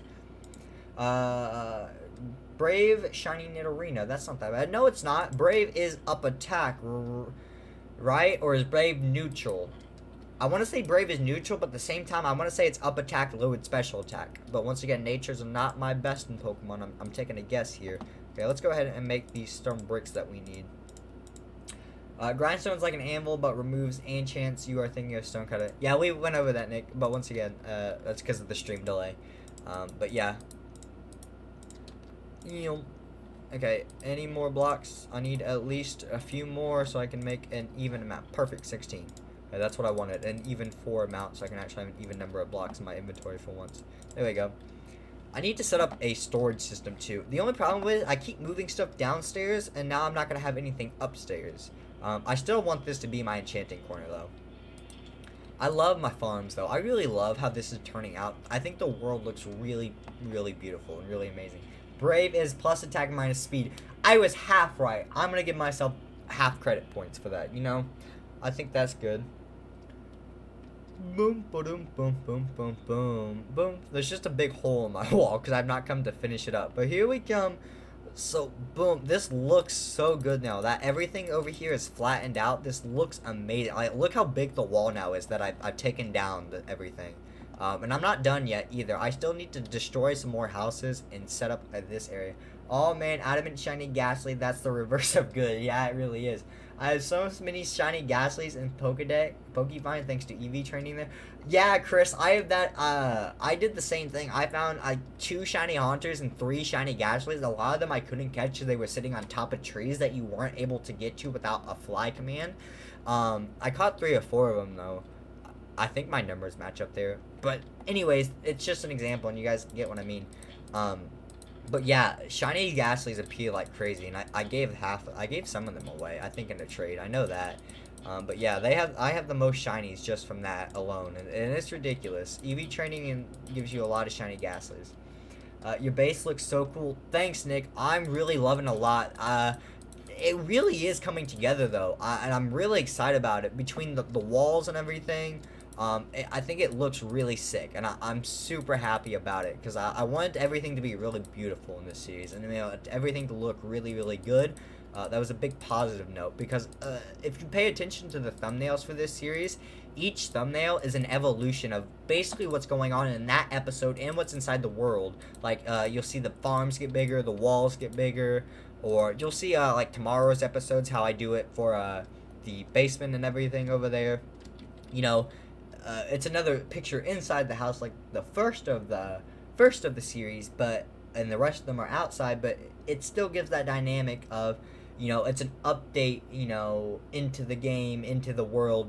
There's a change into it, and that's what I'm kind of going for. I hate Pokemon in the trees and the stuff that I never think to look up there when I see one see one in radar. You never think to look up there. I look up there all the time because I know they spawn up there, and I'm used to that happening from where I played so many times before on my old account, which I have no idea how to get into. Or I could just give myself a bunch of Pokemon because those are all EV trained and everything too. But what was I saying? But that's something I actually am used to doing. It's something, once you get used to it, it's actually really easy just to make it a habit of. Because if I had it, that's the only reason I got my Heracross. Because I was sitting there looking for him, and I couldn't find him anywhere, but he was on the radar. I kept running in circles and circles and circles. But finally, he showed up, and it was on top of a tree. And I was bailing to get to the top of the tree, and I was really glad that I'd recognized it to go up there and get it, because that's the Heracross that's currently on the team. He's the only one out of the 2 or 3 I've captured that's actually had the stats that I want. And that's why we're EV training him. I'm not trying to be as picky as I was in Gen 1 about the stats and everything. Did I seriously run out of dirt? Are you kidding me? Wow. Okay. I'm trying not to be as picky and everything about them, but, at the same time, I still want the good Pokemon. But Heracross is a rare spawn, and then, yeah. Shiny Haunter with Bold Nature, not the best, but it's minus attack plus defense with the minus attack and plus defense on the Haunter, it's same thing as having a neutral nature. A neutral nature is where you have no ups and no downs in any of your stats. With the Haunter being up minus attack and plus defense, it's literally the exact same thing. And the reason I say that is because Haunter can be hurt by physical attacks because he's a ghost type, right? and the fact that he doesn't use physical attacking moves. I mean, he has a couple of them. He can get, like, I think Shadow Punch is one of them. But it's not something you would usually put on a Gengar, so it's not a big deal. And it's one of his only moves he gets like that anyways, so it wouldn't be worth it. So basically, you have a neutral nature Shiny Haunter. That's the way I see it. You know? I can't wait to get rid of the stone, actually replace it with dirt. Okay, so next kind of task is leveling all of this out right here. Is we need to get, I felt like there was a mini speed boost there or something. We need to get all of this side leveled up, and then we're going to have to work on destroying these houses. But before we do that, we need the beds. I need to go get a whole bunch of beds so the villagers can actually sleep somewhere before I destroy the rest of them. Because if not, it's going to be useless. Hi, doggos. Hi. Hi, Freddy. Toby. I don't remember the name of the other two, and I know Toby was a replacement name. No, it just can't be hit by fighting and normal type moves. Okay. Yes. Yes, you are right. Yes, you are right. It is weird. It can't, but at the same time, defense on a Haunter, no one's really going to use a physical type move on a Haunter. So, is everything super effective against it is special type move, unless you get to Gen 3 or 4, because then, like, Crunch and Bite and everything. But actually, if I remember correctly, technically in the original Pokemon games, Crunch and Bite and everything like that, Dark type moves were still special up until Gen 4. So, you know, I might be wrong there, but I think I'm right. And what did I come in here for? I came in here for a specific reason. I don't remember what I came in here to get. Beds. That's what I came in here to get. Yellow bed, white bed, and then wool. Make some more beds. Yup. Yeah, lol. So, Chris, Nick, what have you guys been up to? I know, at least Nick, you're currently on Pokefine. Chris, what have you guys been up to? We haven't talked since last stream, but, you know, when was last stream? I think 3 or 4 days ago is when last stream was. Okay, let's just go ahead and place the beds down, so we don't have to worry about that. Perfect, so now we have beds. So now we can go ahead and work on destroying the rest of these houses in a little bit. But we need to continue building this. Here we go, perfect. Fill all of this in. There we go. I'm going to need a new axe soon. But luckily, I've got plenty of iron. Well, not plenty of iron. I've gone through basically all of my iron supplies, making my smeltery and making my tools to do this. But it's well worth it. Okay, let's toss you over. Let's get my stone bricks because I need to finish this wall right here. Because I knew I was going to have to bring it up a couple levels. Which isn't a big deal, but like, look how high this wall is now on these some of these sides. I don't have to worry about things getting in, anything getting in except for spiders, and I do have a solution for that, which will be in the next time we actually build in the episodes for the game. If I could speak, jeesh, I'm fumbling my words like crazy now. For the next episodes, so. Okay, so I think that's tall enough. You know, we don't need anything super tall for the inside, and it's already so tall on the outside, it's not going to make a difference, so it doesn't really matter. So now we need dirt. That's exactly what we need. Where can we get dirt from? I don't have anywhere left here in the place. Stupid skeletons. I swear, I'm so sick of them. I'm just going to run through here and place torches like crazy. I'm just, Yep. Dodge. I'm watching my puppy to make sure she doesn't get into trouble. Oh, what's the little puppy's name, Chris? By the way, if I were to trade, I need some stuff to help me with quests because I'm stuck on the 3rd trainer of the Legendary Bird quest, but it's honestly mostly moves and levels. I would stick to your moves and levels and figure out what you need first because items are always secondary to making sure you have your main equipment still, because if you don't have the levels and the moves, even if you have the items, it's not going to make a difference for you, Nick. So make sure you have all that set up first before you start worrying about the held items for Pokemon, because they're just a bonus. No, zombies, no, you're not allowed in here. Okay, sleep. I drowned. That was like 2 hours ago before I started the live stream. I killed myself because I had the bad omen effect from killing a pillager that I didn't want to kill because he spawned in my village or something somehow, bruh.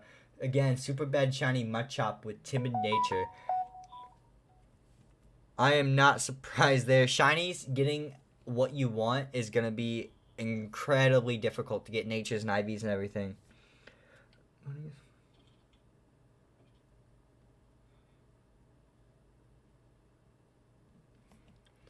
The name is Maze. Oh, that's kind of cool. Is it a girl puppy? I always have a thing for girl puppies. Chris, you also said you had a timid Gengar with 25 in speed and special attack. Holy crap, dude. That's amazing. Name is Maze. That's a cool, different name for a puppy dog. I've not seen that very often, so that's cool. And it's spelled with Z-E. I feel like some other people would spell it in a different way. I don't know how they would spell it, but I feel like they would spell it differently. Boom, boom. Okay.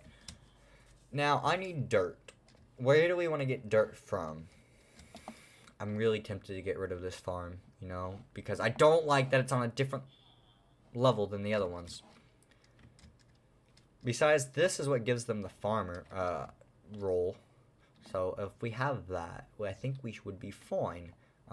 I still can't wait to finish this wall. Another reason I want to finish the wall is so I can actually build the doors to get in and out of the wall.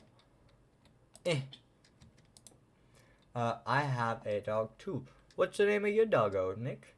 Yes, it is a girl. Aw, that's a really adorable name for a girl doggo then, Chris. I have a thing for doggos. I love doggos. I came out here for dirt. I'm about to mine wood and stone. I have no idea how much dirt we're gonna need. I'll probably just break the shell before I go back in. I used to have a dog. I've had a couple dogs in my lifetime. I'm trying to remember the very first dog I have. The oldest dog that I can remember, we called her Foxy Lady. She was I think technically a Foxitarian. I have no idea if that's a real breed or whatever, but that's what I've always called her, and that's what I'm going to keep calling her. She was a Foxitarian. She was a little rascal thing, but I liked her because she was a little dog, but she wasn't like, I'm going to call a dog out that's currently in the house that's not mine, a Chihuahua. Because you know how they can be shaky and barky, or the little yappy dogs, you know, that you get next door to your house. They're really annoying. It wasn't like that, and I loved her. She would, you know, anytime I got off the school bus and my mom would let her out, and she'd come running down the street after me a few blocks away. It was great. She was the first dog I ever got. My dog's name is Buddy. He's very fun to play with. I like to wrestle with him. Oh yeah, wrestling with dogs is the best. That's my favorite time. You should try Pokemon Unite when you get a chance. It's a fun game and cannot. I know, Chris. Okay, trust me. I know. I want Unite. I was really upset that I couldn't do Pokemon Unite when it first came out. Because Unite's on the Switch, right? I don't have a Switch. That's my biggest problem is I don't have a Switch, and it's gonna be, you know, a long time before I could probably afford to get a Switch because I've got to put money and other things into different types of savings. But yeah, so Pokemon Unite is something I really want to do. I've heard how good it is. I've not looked at any gameplay yet, though. I've literally kept my eye. I'm a Pokemon Unite virgin. I've kept my eyes shielded from the game. I didn't even know about its release until it was released. That's how shielded I kept myself from Pokemon updates were. Dog will be a year old next month. That's cool, Nick. I think the 12th of September. I can't remember. It's hard to remember dogs' birthdays unless you know exactly. We rescued it, so we don't know exactly, but what I think the people got it from said it was 11 to 13 of September. What I usually do, Nick, is when you get a dog, you don't know the date of its birth or whatever, and you need a birthday for it. And something like that or whatever, you could just do the date you got the dog. That's always a good day to do for a birthday, the date you got the dog. So yeah, my dog's birthday, we got him cake every single year. He loved it. He always got cake on his birthday.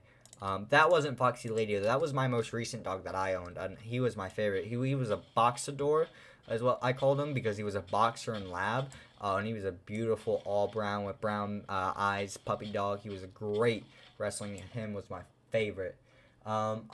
I want to do Pokemon Unite 2. I will get a Switch soon, but it's coming out in mobile in September. That is true. It's coming to mobile in September. So even though I can't do it on Switch, I can do it on mobile. It's not going to be the same. And I do have screen recording capabilities on my phone. I don't have to download an app or anything anymore. I love it because my phone just naturally has that built-in software. I don't think I have the proper USB cables to transfer it to my computer for editing, though, so I'll have to buy one of those. But yeah, Pokemon Unite is something I severely want to do, and I was severely excited for when I first heard about it right before its release. Like, I heard about it for the first time, like, 2 days before its release, because I wasn't keeping up with any updates or Pokemon or anything because I've been so focused on YouTube and work. I play Pokemon Unite on my Switch. Yeah, it's on Switch, and soon it's going to be on mobile. I'll probably record it on mobile, and I'll get it on mobile. Then at the same time, once I get a Switch, I'll buy it again on Switch and everything. I don't have the Switch or the capability right now. But yeah, that was something I really did want to do. Because not only because it would help boost out my channel a lot. You know, a brand new game surrounded by the channel and everything. It would help pull in viewers and everything for the channel a lot. And it's something I was really looking forward to, a brand new type of Pokemon game. I was so looking forward to playing it, but I just don't have that capability right now, and it's really sad. I can't record on anything but my tablet. I'm so happy it's coming to mobile, so it will be fun to play for my YouTube channel. That's cool that you have a channel, Nick. Yeah, it's, what do you mean you can't record on anything but your tablet, though? Do you have a phone, or you not have a computer, or what's your situation set up like technology, you know?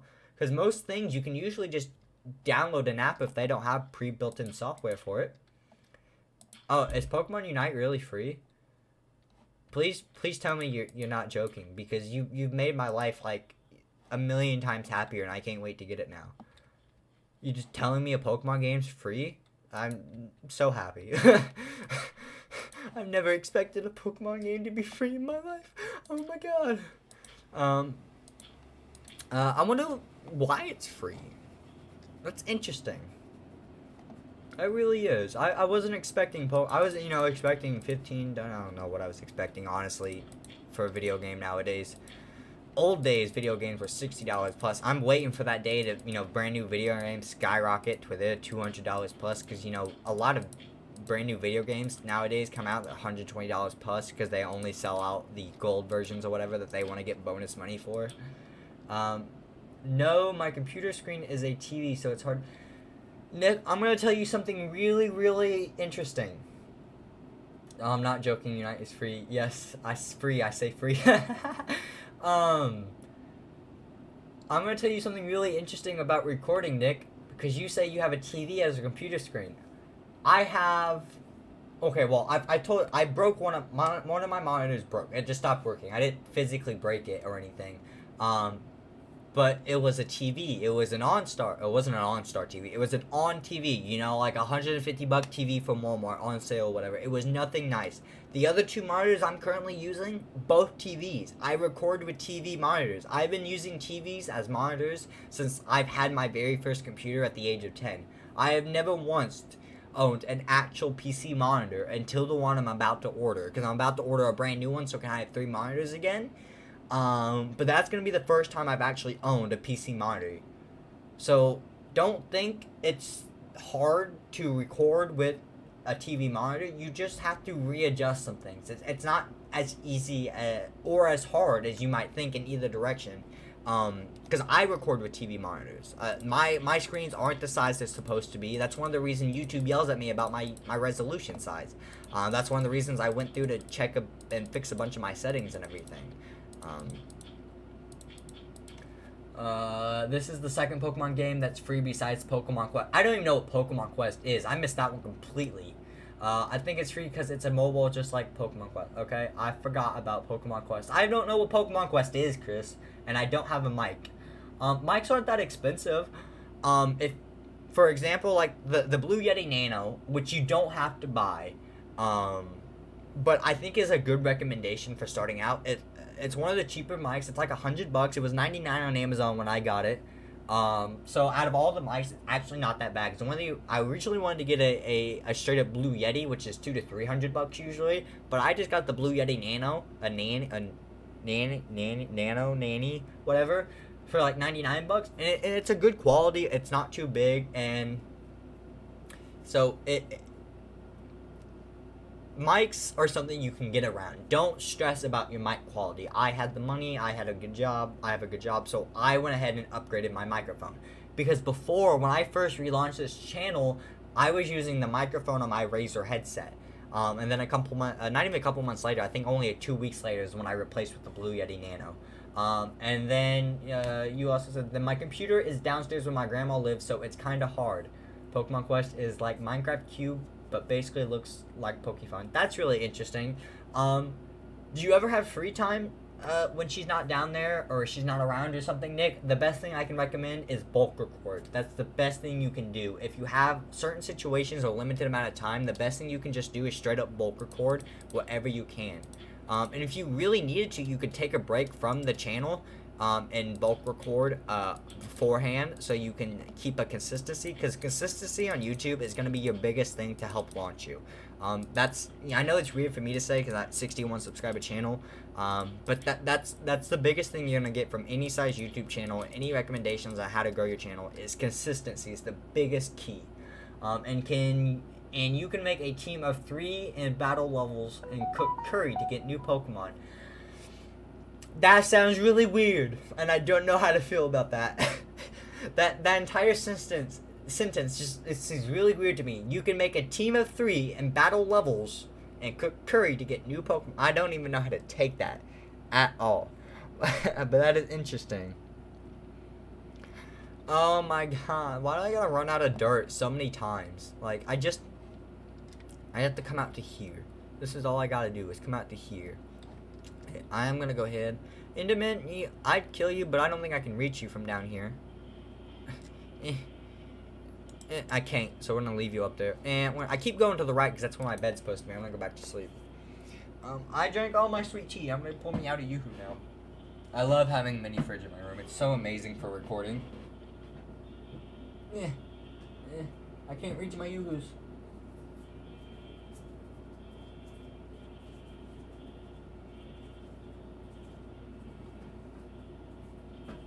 The thing is, she barely leaves the house, and she's not in a good spot right now because she has to go to the hospital a lot and being taken care of, and so much stuff is going on with her being sick. I'm really sorry to hear that with her going on and being sick and so much. I really hope she does well, and I hope she gets better, Nick. Best of my prayers for you, man. I hope she does well. I'm sorry that makes it really hard for you. Is there any way you can move a computer to a different room or something?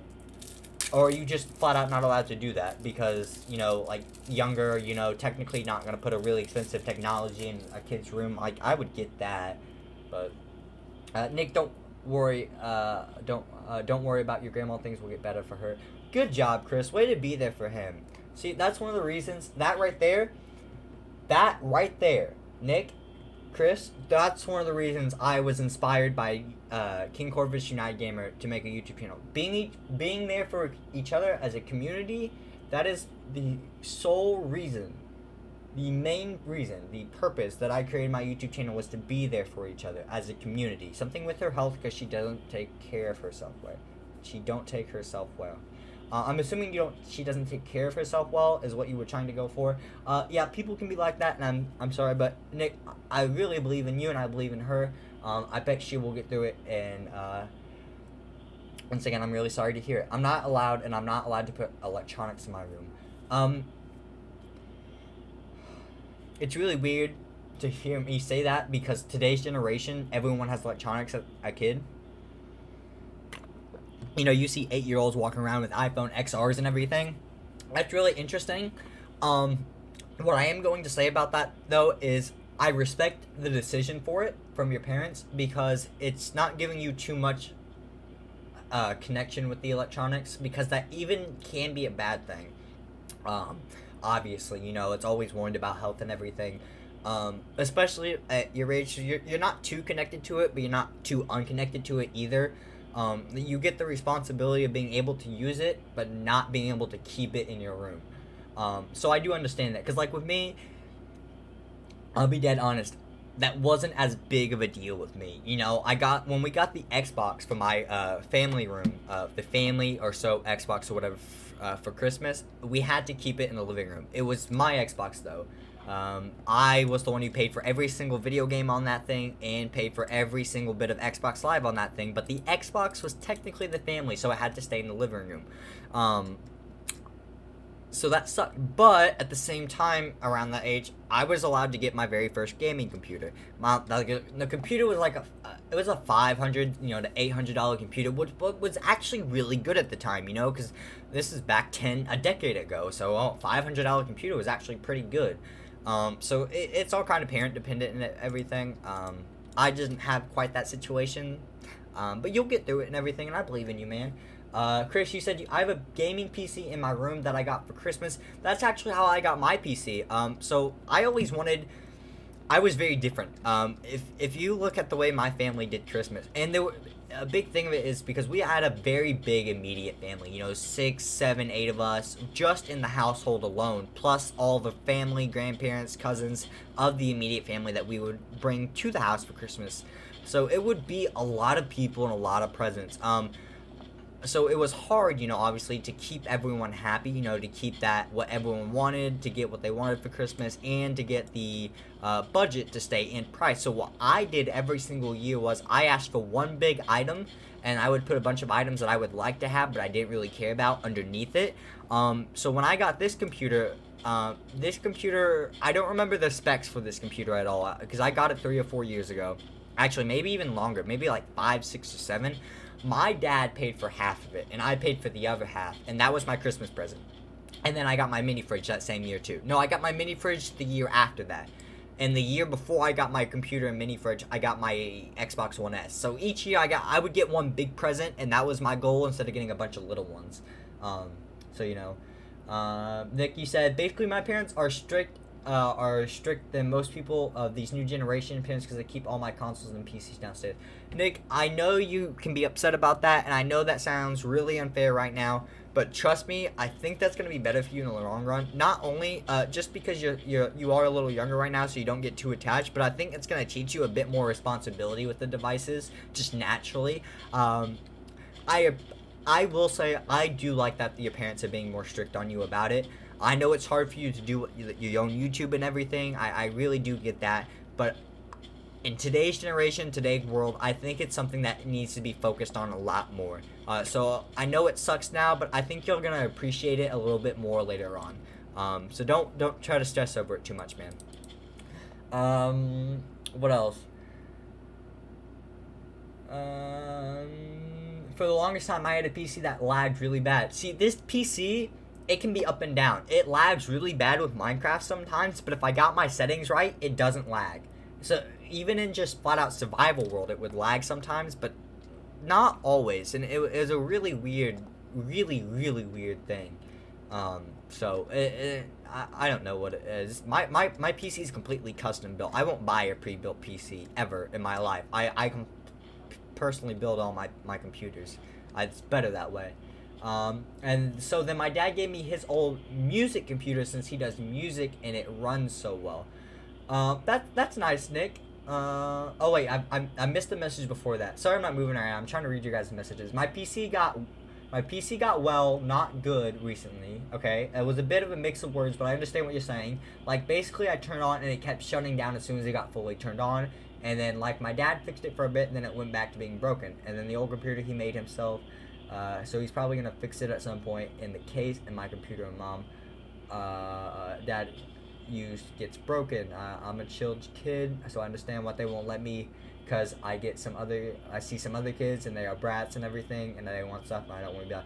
I am so happy that you understand why your parents do the way you do, Nick. That is a really great attitude for your age. That is really grown up, and that is very good spot to be in for the age of 13.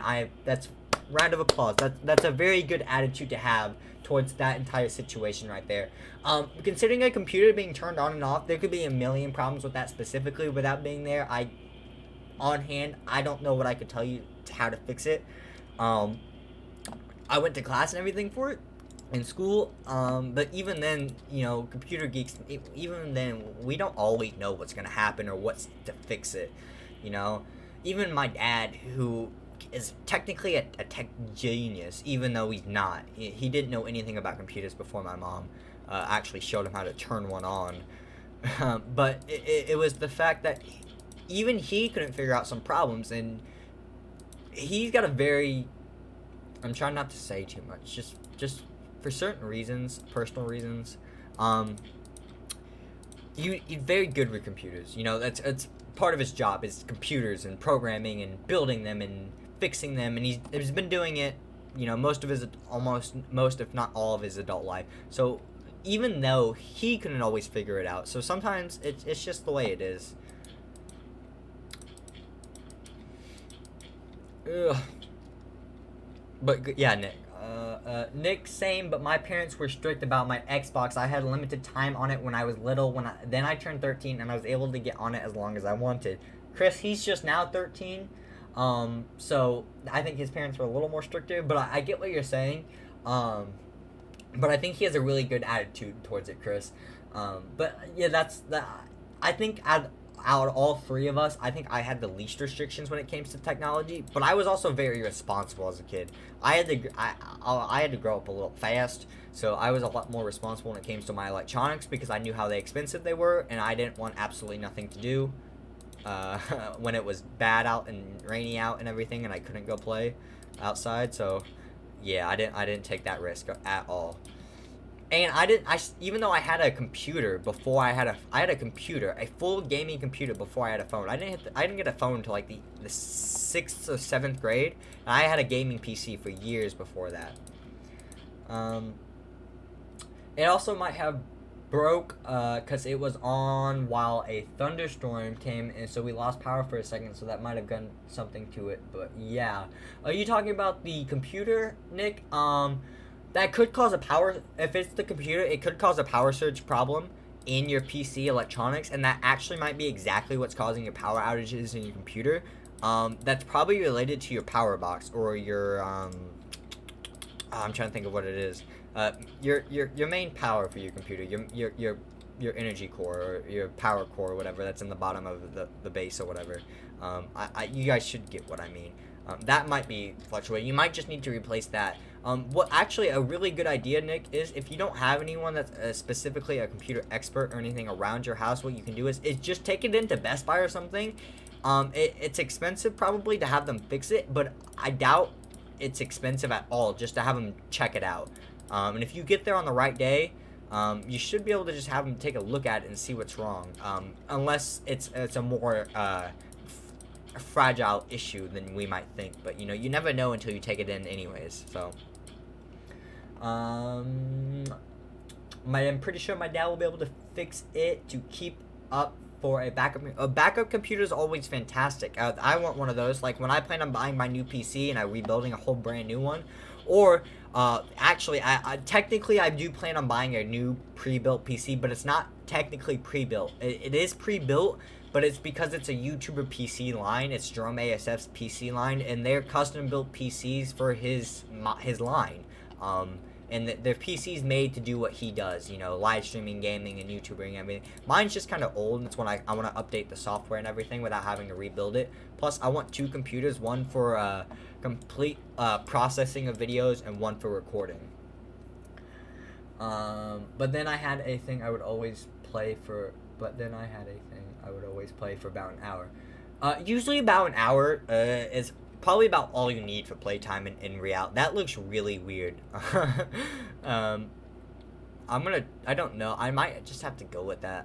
I don't know. That looks really weird though, and I don't like it, but I think it's something I'm gonna get used to once everything's a bit more filled in. Let me know if you guys think of anything I can do with that. I forgot to turn my computer off for a thunderstorm, and it was low on memory, and it was Windows 7 because it wouldn't let us make it Windows 10 unless we wiped all our files. Really? It wouldn't let you make Windows 10 unless you wiped your files? That's really weird, because when I had Windows 7 for a long time because I liked the Windows 7 operating system. The only reason I even got Windows 10 was so I could play certain games. That was the only reason I got Windows 10.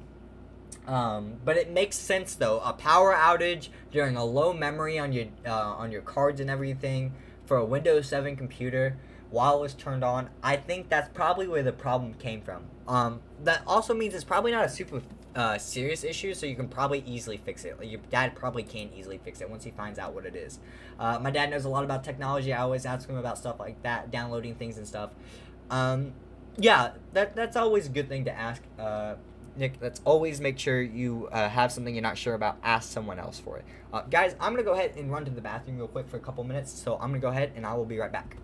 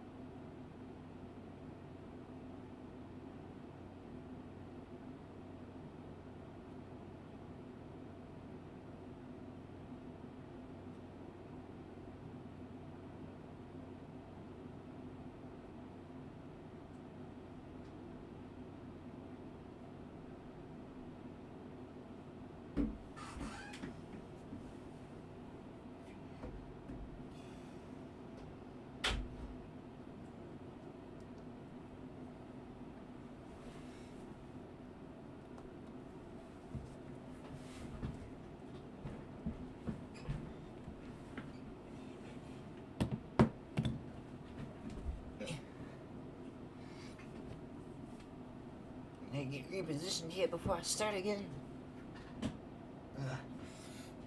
Oh my god, it's hard to believe we've been live for nearly 2 hours, guys.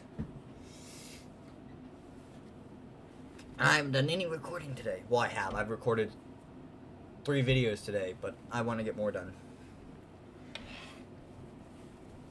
I'm glad you're good. I'm glad you're good. I'm glad your day was good, Nick. Ugh, I couldn't speak at all there for a second. Where's my charger? Here it is. No, there it is. Wrong charger. I've got way too many chargers and cords just set up in my room at so many different locations, so I never have to move them. Collect so many over the years. Why would you? Delicious drink of my Yoo-hoo. Oh, look at the zombie swords out there. They're no fun. They're everywhere, but they can't get into my base. Well, they might be able to right there. No, they can't. Okay. That is beautiful, though. Okay, so now that we have all of this cleaned up over here, welcome back. I'm glad to be back from my nice little bathroom break. I need to figure out how to make this look a little bit better. So I'm just going to try to bring this up a little bit here. You know, try to make it a little more natural looking on this side or something. And that's not enough dirt. That's always something I can work on later. That really sucks. That's kind of a big cliff here, because that looks really weird, but I think it's gonna work. So something I do need to do next is fences. We need acacia fences, because I want to block everything out in this area before we finish up the dirt and everything. So let's go ahead and go to bed here. and get a nice fresh day.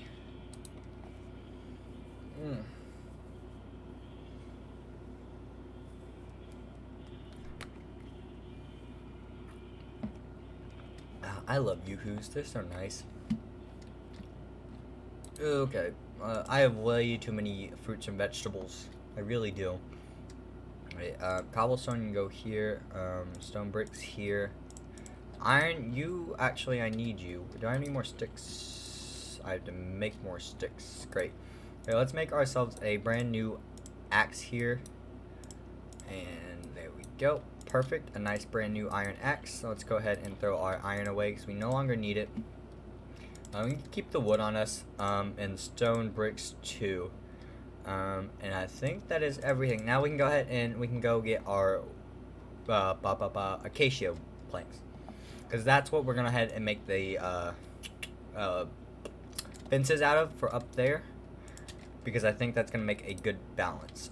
And no, I don't want that there. I want this here. Okay, perfect. I can't wait to make the door to actually be able to get in and out. Hey, my oak tree farm has finally grown, because I want to put, like, wow, my nose clogged up there for half a second, and it made me cough. Wow, I did not expect that. Whew. Okay, there we go. We're clear now. Tree farm is finally grown. For that cliff, you can make it into a waterfall. That might look good. That is actually a really good idea, Chris. That's actually a really, really good idea. I'm intrigued about that. The only reason I don't think that might work is because I want to use that section of the area for testing, for like building a horse testing area for speed and jumping and everything. But once again, that can always be done once we're done finished building that area to make sure we have enough room. Because there is plenty of space over there, so we're not going to use obviously every square inch of that area. If we keep those builds to the right side, we could actually probably build a nice waterfall or something. So thanks for the idea. There's definitely something I'll keep in mind that I can do with that edge, because I don't want it just to be a flat wall. We're going to fix it up at some point in some way, but at least we have it there for now. You know, one step at a time. Nick, you want to yeah, Salamanders are very OP. Definitely a good Pokemon. I want a Dragonite, but I've looked for days. I had to trade to get a Dragonite, Chris, and it wasn't a very good one.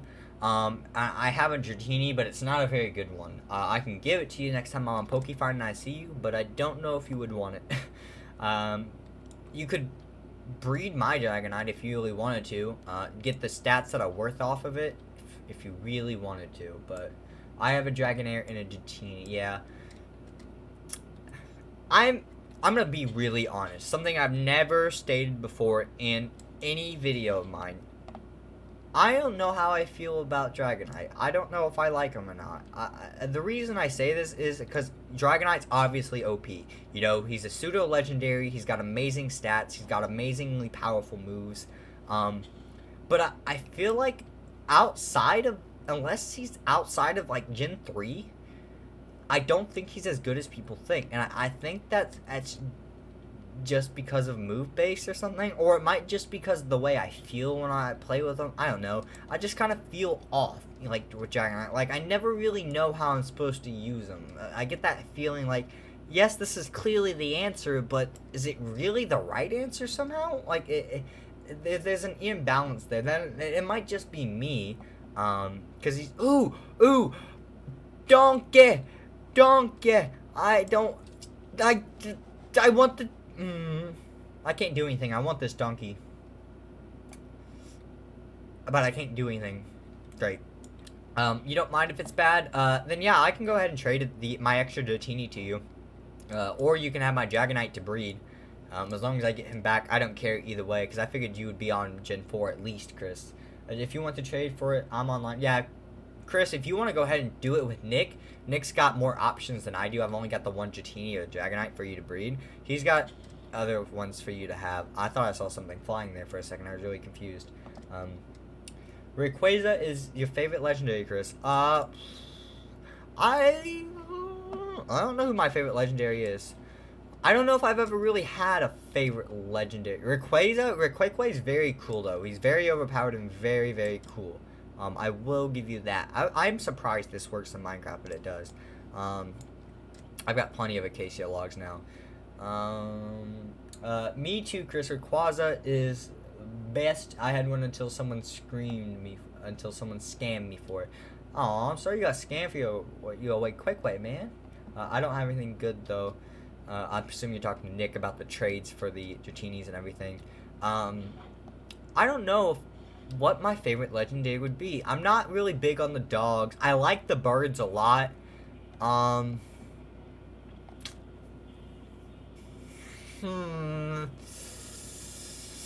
See, if you said favorite Pokemon, or favorite Pokemon gym, or favorite Pokemon from a certain gym, I think I could have answered the question. But the fact that it's a favorite legendary, I don't know. I'm gonna have a fill-in answer to Articuno as Articuno because I think it's my favorite bird out of the legendary birds. But I don't have one overall. I think Articuno is gonna have to be my filler answer for now. I don't have breeding unlocked yet, but close but not unlocked yet. I'm really surprised by that, Chris. I'll be honest. At least you're close. Okay, so it won't be too long till you have it, and then once you know, I can't wait till I get to breeding because breeding is gonna make my Pokemon so much better. Because I have really good Pokemon now, but once I breed them, they're gonna be overpowered. I mean, I can trade you one to evolve still, Chris. Yeah, that's very true. I'm just ripping apart these houses like crazy. My favorite Pokemon is Gengar, obviously. My favorite Pokemon, if you have not guessed it already, obviously is Jolteon. I love Jolteon. I think...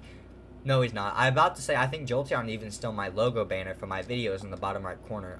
But it's not. It's actually my Minecraft banner for my channel now. I changed it up. I thought it was still a Jolteon, but it's not. I should probably think of a better Pokemon. I always say Jolteon. I just love Jolteon so much, and it's super biased too. Jolteon. Why I love Jolteon so much? It's such a biased opinion, and it's nothing to do with the Jolteon's not good or anything. It's a biased opinion because of Lachlan. Lachlan from the original Pokemon Island series, Pokemon Season 1, Pokemon Islands, the Pokemon competition, or not Season 1, Season 2, with Pokemon Islands. If you guys know what those series are, they're about, I think the original series, at least Season 2 is 7 years old, 7 or 8 years old now, and his Jolteon, me watching that series, that's how I learned about EV training and everything, was from Lachlan, and those old series, but his Jolteon, that's kind of, I have a biased opinion towards it being my favorite because of that. Yeah, I think I have 2 gyms to unlock the quest. Okay, you're not far away then, Chris. I can't wait till I get to Gym 3 and 4 and everything because they have regular gyms, not player gyms, and I'm so excited for that. I wish Pokefind had done that from the beginning in all reality. That would have been so much cooler. My channel mascot is also Gengar because he's my favorite because he was my first X card and I just loved him since because he is a good Pokemon. Gengar is a very good Pokemon, but you also have to remember Gengar is sort of like Alakazam, the fact that he's a glass cannon. You know, he can take a couple hits a lot better than Alakazam, but he's nothing special. But his Hypnosis Dream Eater combo in Nightmare switcheroo is really overpowered. Yeah, I know, I watched him. Yeah, Chris, that's where I got my favoritism from Jolteon from. Because when I first watched that series for the first time, I didn't watch Lachlan. I watched Jerome and Mitch's videos for that Pokemon Pixelmon Island series. The reason I'd watch them is because the very first YouTube video I ever watched on YouTube was Cops and Robbers by Mitch. It's like, I don't know, 12 years old. It's over a decade old now. With Bashaverse and Sky and Mitch and everything. And it's Jerome's episode is called Building a House. And it's one of the oldest, best old school Cops and Robber videos I have ever seen. And I watch it every once in a while to this day still when I can find it on YouTube. And that's absolutely fantastic. And then that led me into watching more of Jerome and Mitch between watching each other, and that led me to Pixelmon, and Pixelmon led me to Lachlan, and then it just a so forth turnout from there. Oh my god, Auto keeps correcting, hitting. Yeah, I get what you mean, Nick. That happens a lot. Why can't I turn autocorrect? I have no idea why you can't turn autocorrect off, man. I really don't. I'm sorry. I'm sorry you can't turn autocorrect off. I don't know why that would happen like that. I need to go up and mine down. Ugh.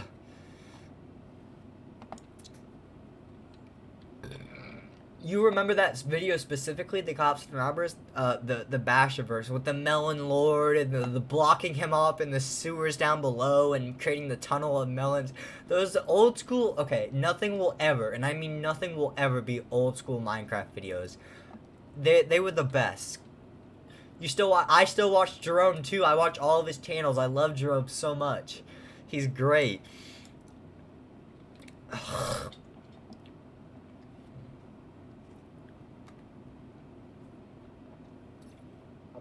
We'll see about that, Nick, but that's a Gen 4 Pokemon, and I'm not there yet for that trade. But yeah, those old school cops and robbers videos, those videos from the old days, there's nothing like them. They will never be anything like, because YouTube has so many restrictions and stuff nowadays that the videos are still really fun, they're really entertaining, but there's nothing like those OG videos when it's just. Because back in that day, it was just guys getting on and playing a mini game, and that's what it was.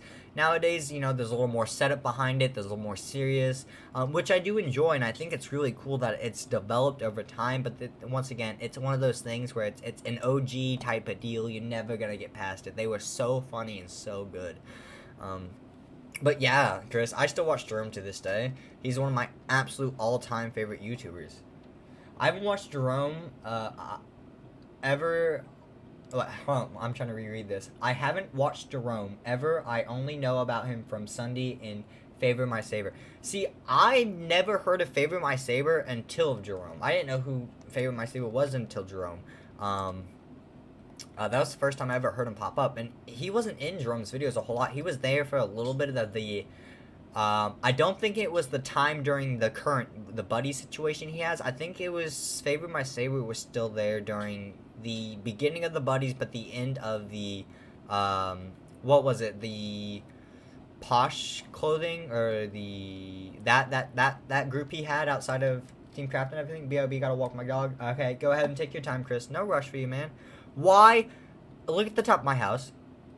There's 4 zombies and a creeper. Why? That's so ridiculous. You know, good thing we're over here. Okay. Ooh, brew stain. Give me that. Thank you. Okay, and bed. I'm gonna go ahead and place you back down over here with the others. There you go. Beautiful. I'm gonna break this one, and now we have a pattern. I don't understand why they're spawning on top of my house. My house is half slabs, isn't it? They shouldn't spawn. Well, I mean, at the top of the half slabs, it still counts as a whole block, so I guess they could spawn. But you know, at the same time, you never really know. I hate to pick all these up. Torches. Make sure we get these down. Make sure, perfect. So apparently I'm going to have to light up the top of my house as well. Now I've got torches just spammed everywhere, but at the same time, it's going to be a lot better once I have glowstone and actually lit up this place properly.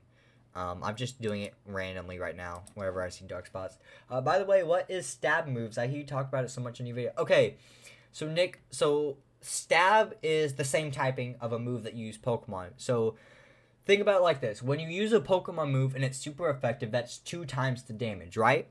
Stab is 1.5 times the damage. It's less than super effective, but it's still a boost. Stab is a fire type using a fire type move, or a water type using a water type move. It's that same typing of the Pokemon as the move they use, which gives it stab. That's the only time it's ever in effect. So Charizard uses Flamethrower. That Flamethrower has stab. But say, you know, Tyranitar uses Flamethrower. That's not going to have stab on it. But Tyranitar uses Crunch or EQ for Earthquake. That will have stab on it because he's a ground dark type or a rock dark type. Either way. Stab is a 1.5 boost when you use the same type move to the same type Pokemon. That's what it is. I hope that was a good enough explanation too. I probably ranted on slightly longer than I actually needed to about it, but I'm going to make sure you got the idea. Okay, and go ahead and no, torches are so annoying. Place you down. Perfect. I have dirt. I don't have any more dirt either to replace all these blocks.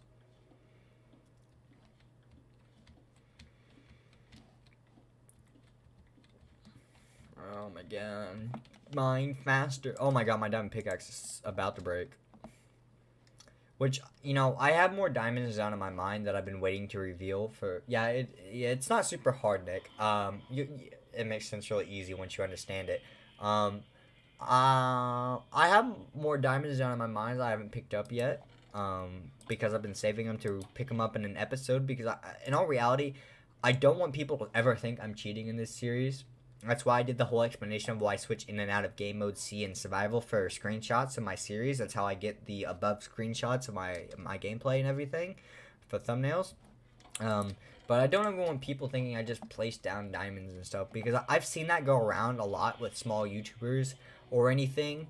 And I don't want that happen to me. I just don't want those rumors going around. So I always try to make sure I do it on camera. And I did not grab me a new pickaxe like I meant to. Wow, am I dumb. Did I really miss a spot? I can't believe that. Here, I don't want to carry it, so you can have that. I have way too many animals, too. That will help me out with battles and moves now. Oh, yeah. It really will. It makes a difference, especially if you have a stab super effective with a held item that boosts it. It's overpowered. Okay, let's go ahead and throw the stone walls in there because I don't need you. Let's come down here and see all of this. Now I can just throw the cobblestone in here, throw it in here. Perfect. I have no idea if those slabs will melt, and I'm completely out of coal. That's why are you not cooking? Oh, because you're a blast furnace. You know, that's on my bad. I don't know why that doesn't work with regular blocks, but sure. We can just deal with that. Here, let's go ahead and split these up to 4 stacks and just get this going right here. There we go. Okay, just put all the blocks in there. Welcome back. Welcome back, Chris. We just finished explaining stab to Nick and how this 1.5 stab power works. Where's my remote control to my air conditioner? It's hot in my room. Turn that on. And you want to get fortune for the diamonds. Yes, I know I want to get fortune for the diamonds. I don't think you cheat. I usually know when someone does. Lol, it's kind of obvious if someone does. I appreciate that, Nick. I try to be very open about what I do and how I do things so people don't get the wrong idea. So I'm really glad you understand that. And you want to get fortune for diamonds. I know I want to get fortune for diamonds, guys. I just haven't built my enchantment table and everything there yet. That's one of the reasons I still have diamonds down in my mines. But we'll get to all of that at some point later. You know, it's not a stress right now. That's why I left the diamonds down there. Okay, so we need the acacia fences that we were originally going to make.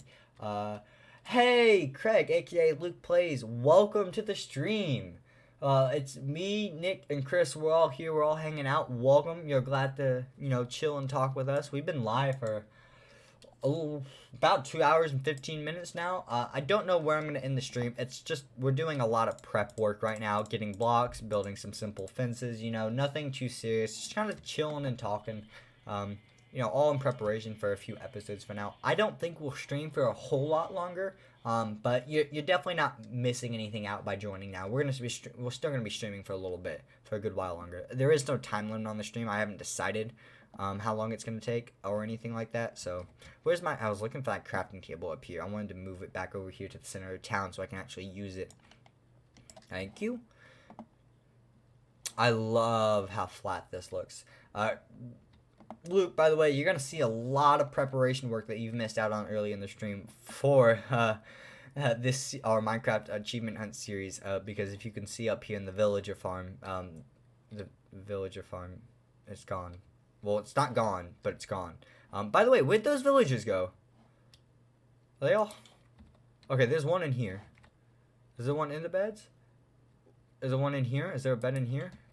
Okay, I'm just wanting to make sure I knew where they were. That really scared me that they weren't on the outside beds. And if you cheat them in, you would just instant mine them, because then it wouldn't matter if you cheat them in.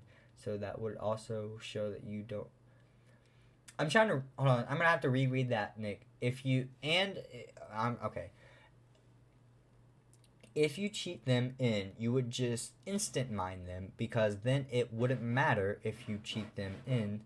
So that would also show you don't cheat. Okay, I see what you're saying. You're saying because if I had cheated them in, I would have just instantly mined them up, and you know that I wouldn't have the proof or anything for that. Because I leave the ores to show that I have the ores, because it would be a lot of work to cheat if you just place ores down to wait 3 episodes, and then mine them up, because I've had those discovered since before I recorded these last 2 episodes that are about to go up this week for the series. I found those after I finished recording last episode, and I still didn't grab my freaking pickaxe. Episode 4 was the last episode I pre-recorded before episode 5 and 6, and I found it right after I finished recording episode 4 is when I found those diamonds. And they're still down in my mine, and I haven't mined them up specifically so we could have them in the video when I find them. Okay, I came back to actually make the pickaxe that I've come back here 3 different times to make that I've not made yet, because that's who I am, and that's what I do. Okay, let's go ahead and now make this pickaxe. Perfect. Okay. No more brain farts from here on out. Actually, I can't say that, because if I say that, I'm going to get really, really confused. Villager, you're not supposed to be down here. No, you go back up. You go back up there. That's what we're working on right now, so you can't do that anymore. And I need dirt. So we're going to come down here and mine up a bunch of this dirt right here, because I need to make a area so I can actually block off the fences, because I'm about to make the fences so the villagers can't wander off their platform anymore. Okay, that should be enough. 27, even though it's not technically 27 because I gotta build out. Perfect. Okay, so we just need a row literally right here. This is all we need. Perfect. There we go. This part I think I'm going to leave because of the indent of the world right there. It's not going to make much of a difference if I extend that out by a couple blocks. This just looks nice if I actually connect it, and it's going to be easy with the fencing and all. Okay, so perfect. And then, actually, do I want to connect it at the top there? I think if I do this, I think this will look a lot better. And then place these here, on a block like that, here and here, make it a little more natural. I wish I had a more skinned Pokemon. All I have is a Summer Snorlax. The Summer Snorlax is the one on my team.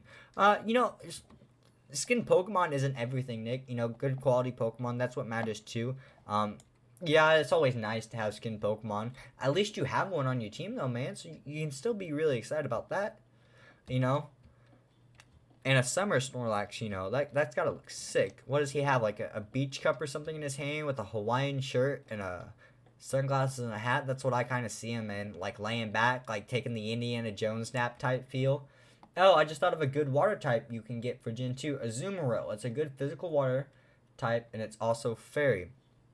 Not bad, because I don't have a water type. You're completely right, because I don't think I don't have a water type for Gen 2 at the moment. I know I don't. So that's definitely a good point out, but I think there are better water types in Gen 2. Plus, I have a lot of physical attackers right now. I think I would need another special attacker. Actually, that could be wrong too. I have a lot of balance on my team. Usually I go for special attacking Pokemon. It's kind of my preferred, but for Gen 3. Wait, what? Azumarill. Chris, are you trying to correct Nick? Is that why you said 4 Gen 3? I want to make sure I understand what you're saying. Because you just said 4 Gen 3 after what Nick said. Oh, that's Gen 3? I thought it was Gen 2. Shoot. Okay, yeah, okay. So everything I just asked, and it was answered right then and there. I'm glad to know that. Boom, boom. For Gen 2, I have a water starter. I went with the water starter for Gen 2 too. If you guys will see tomorrow. Make sure you check out PokeFinds episode. Wait, let me see because I have a whole schedule here. So the first episode of PokeFinds Season 2 comes out this Tuesday, the 3rd. Make sure you watch the 3rd, the very first. That's when the episode will go up at 8 a.m. You'll see what starter and everything I get. I'm trying not to say too much about it, but because I don't have the starter on my team, if you watch the live stream, I explained and talk about that all in the very first episode. So I'm going to go ahead and leave that information there for you guys to listen to. No, wait, it is Gen 2. I just looked it up. Sorry about that. I was thinking Azumarill was Gen 2. It's no big deal. You know, we got that wrong, guys. It's something I'll definitely think of looking into. I'm not finalizing my team yet, obviously, but I do have most of the team that I do want for Gen 2, and it's pretty stacked, I think, for the most part right now. So I might leave it, but, you know, I still have 1 or 2 slots I can fill on that team. So, yeah, it's always a possibility. But I don't think Zumaro is also the best. Like, he's very good, but I think there are better options than a Zumaro for Season 2. Woo Season 2! Yes! I know. You guys are getting all the spoilers because Pokefind Live, that grinding session, was a massive spoiler for this for Season 2. It was the biggest spoiler in the world. It was just supposed to be money grinding for Season. Generations are confusing. Yes, they are. It was just supposed to be money grinding, but it turned into me grinding EVs for Gen 2 because I didn't think anyone would join. And then I got 2 or 3 of you guys who actually joined at like 3 or 4 a.m. and I was in shock. But I was really happy you guys joined, and I'm really happy you guys are here now. I love having you guys in the chat. Live stream is great. I love being able to talk to you guys live. It's a little different than when I talk to you guys in my Pokefind podcast. Because in the Pokefind podcast, it's me trying to interpret conversations and me talk about topics I'm hoping you guys will enjoy. While I know that in here, it's a little different, you know? So it's a different dynamic, and that's what I really enjoy about it. Okay, let's make all these fences now. Perfect. And this and this. Alright, now we have all these fences. We can start surrounding this here. Generation, I can't wait for the Pokefind live stream. Yeah, we're gonna have another Pokefind live stream probably next week. Don't count me on that yet though. I don't know. It's all gonna be dependent on where I am with my episodes recorded for that and what episodes are posted, is if I do a live stream for it. That's the one big problem I have, is because I bulk record. It's hard to me to do live streams for off grinding sessions without giving away too much information concerning the actual, you know, games themselves. That's one of the reasons I've been trying to keep things secret on here, and I haven't gone into my house very much. Nick, what gen you want? I play on all of them besides Gen 3 because you gotta do gyms there, and I focus on Gen 4 gyms. I got stuck on Gen 2. Well, I would glad to add my own conversation topic about that, but you guys know exactly where I stand on what gens I'm playing and everything, so. But I can't wait to get to Gen... Oh, I'm having trouble with my sprint key. Holy crap. I can't wait to get to Gen 2. Gen 3 and 4 and everything. And I'm super stoked for Gen 5. Gen 5 looks really, really amazing. I only watched like 5 minutes of the broadcast. I did not mean to make 3 of those. For the update that the Pokefind Live did on YouTube. But it looked really good, so I'm really stoked for it. Because if you live stream Pokefind, we can do trades and stuff. Log on Minecraft, right? Log in on Minecraft right now. Okay. Yes. We can do live streams and everything for Pokefind, and we can trade and stuff, and that will make things easier. It really will. But at the same time, things I do worry about live streaming on Pokefind is getting swarmed by too many of you guys sometimes, or the matter of the fact is keeping everything content related and connected. It just really worries me that if I try to stream sometimes and I give away too much information about future episodes, because I'm streaming even though I have the next 6 episodes recorded or something, and yeah, I'm streaming that live, so you know, information and team are going to be revealed, and that's something I'm trying to keep hidden. Did I really make only that many fences? How many do I need? 1, 2, 3, 4, 5, 6, 7, 8, 9 more fences. Are you talking to me, Chris? Oh yeah, Gen 5 I think we'll get another legendary. Yeah, I would assume Gen 5 would get another legendary egg, obviously, which means I will have 1 legendary because I have none. It's all big. I don't even have a legendary yet, Nick, so don't worry about it. And you're working on the bird quest right now, so you'll get another one at some point or another. I know it's a hard quest, but the only reason I gave up on it as quick as I did was the matter of the fact that I wanted to move on with the channel. So just keep your head to it and you'll be all good. And boom, that's 6. And this will give me 9. Perfect, and that should be all the fences I need for these guys. Alright, and place this down. There we go. Just like that. Perfect. Now we have the entire village cut off from up here. So now we can go ahead and tear down the... Look, they made a baby villager! Look at him! Oh, look at him! See, already starting the villager farm, and I haven't even done it on purpose yet. That's absolutely amazing, and I need another drink.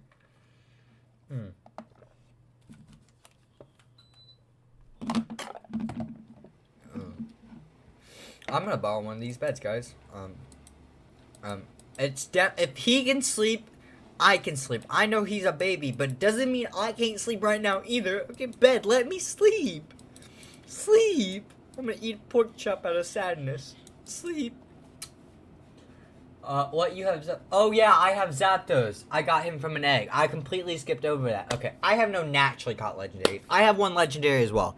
As soon as I go back to finish the Gen 1 quest with my Gen 2 team or whatever, I'll have 2 legendaries at that point because I'll be catching Articuno. But even then, it's only 2 legendaries, and I'm not going to be using them until I get to the ultimate team status, which is where I decide like ultimate team from each Pokemon section I have from each gen.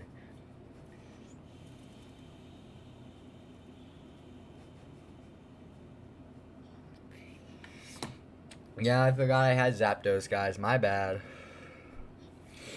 I get it. Are you jumping at your father there? Yeah, I completely forgot I had Zapdos. So I do have one legendary. It was really weird I got a Zapdos too, because considering electric types are one of my favorites, and then I get Zapdos, which I already had 2 electric types of, and I had Moltres. It was really hard for me to roll that legendary Burger Ed. I almost didn't want to, and I almost really wish I hadn't. Even though it helped me out a lot, it's just the fact that I was screwed no matter what, because if I got Articuno, and then I was going to get a second Articuno from the quest. If I got Moltres, I already had a fire type, so I got rid of my starter. And I already had 2 or 3 electric types, and then I got electric type. So, you know, it was just kind of stuck in that position there. I will get Zapdos when I finish Bird Quest. Oh yeah, because you're Team Instinct, I'm Team Mystic. So yeah, that is a positive note. What legendary do you currently have, Nick? I don't remember if you've told me, or if I just misread or didn't see the message. Because you said you had one legendary. Which legendary is it? Did I really break that axe? Oh my god. We're just gonna make a stone one. There we go. Because it's just wood. I'm not super worried about it, and it's just some houses. So you're gonna have Zapdos. That will be one legendary. So your second legendary is what again, Nick? I'm trying to remember. Do you have a different bird, I would assume? Do you have Moltres? Or do you have another Zapdos? Or do you have Articuno? I'm not really sure. I'm both happy and upset that I got Zapdos. Only because, yay, I got a legendary bird. No, because it's another electric type. But yay, because, you know, it wasn't Articuno, so I didn't get 2 Articunos, you know, so I got 2 different legendaries, you know, that was kind of it. I'm Team Valor. Okay, so we've got each team here. We got Team Mystic, Team Instinct, and Team Valor all right here with us. I think I originally chose Valor, and then I switched to Mystic specifically so I could get Articuno, so I can't switch again, or I can switch one more time. I have 0 legends because they scammed me. Oh, yeah, that's what you said. You got scammed for your Rayquaza. That's what, okay. I thought you said something about it. Once again, I'm sorry about that. That really does suck. I keep hearing a spider. Where is it? I hear that spider. Where is that spider in the game? Is he underneath? Are they... Why did it just auto-pause there? Is it underneath? Like, underneath here? Hello? You guys in here? Where is that big hole? Oh. Vasker. No, I really don't care about my my Avast line. So I'm going to go ahead and not renew that subscription because it wasn't as good VPN as I thought. And I don't see what I was looking for in here. Okay. So time to go back out. At least we got some more dirt. Spider hisses. He's from my right. See? Oh yeah, they're definitely down here. They're definitely down here. Definitely down here. I don't have my shield on me. Oh my god. Get back. Get back, get back, get back. Get back, get back, get back. Okay, now we're gonna go this way. This is not hard. Don't blow up. Oh my god, that was so annoying. I tried so hard not for him to blow up. Okay, so maybe I should fill in this area down here with light. Are Houndour rare? I don't think Houndour are rare, but Houndoom is a fairly decent Pokemon overall. A dark fire type with good stats. I would definitely recommend picking it up, especially if you get good IVs in nature. I forgot I had a Shadow Houndoom from getting it for free in the Purification quest. I still haven't completed that quest because I got stuck on the battle. Okay. So, do you always get Houndoom from the Purification quest, or is it completely random? Because that's one of the first quests I'm actually able to do in Gen 2. I'm going to make sure I light this area up down here. Because I don't want to fill it in with blocks. I'd rather just light it up. And does this continue over... Oh my god. Yeah. Well, at least I have a mini mob farm down here if I really, really want it. But I don't want it. I don't want it at all. We're just gonna go back up and fill this in. I just had this all filled in with grass too. It just started growing, you know, it looked good. Well, at least we know where the mobs are gonna spawn. Okay, I need to go ahead and finish breaking down these houses. Oh my god, we're so close to finishing up this level up process. Yeah, it's always Houndoom. Okay. That's interesting because Houndoom is a Pokemon I originally wanted on my team for a Dark Fire type for Gen 2. And if I'm gonna get one, that might finish off my team of 6. I just caught an IV 31 attack, 20 speed Houndour. Oh my god, Chris, that sucks, and it's really good. The reason it sucks is because his IV is 31 attack and not special attack. Houndoom is a special attacker, but he'll good for Crunch and Bite, which I know he gets, or he's able to learn at least. But he is mainly a special attacker if I do believe correctly. But great speed IVs, that's absolutely fantastic. If you get it right before you battle, a guy with a full Shadows, and I keep losing because I can't use all my Pokemon, and they aren't even all level 100, only half are. Chris, what's your name in game? I think Chris is actually Chris in game too, I think, if I remember correctly. I might be wrong though, you know, it's hard to keep track of your double names for some of you guys. But yeah, Nick, just get your Pokemon to a level 100 and make sure you got your moves, and I think you'll be a lot better with that quest there. Even though Houndoom is a Shadow type, it's still gonna be good because you can make it pure. As a Shadow type, it's gonna be good because you can pure it to make it super OP.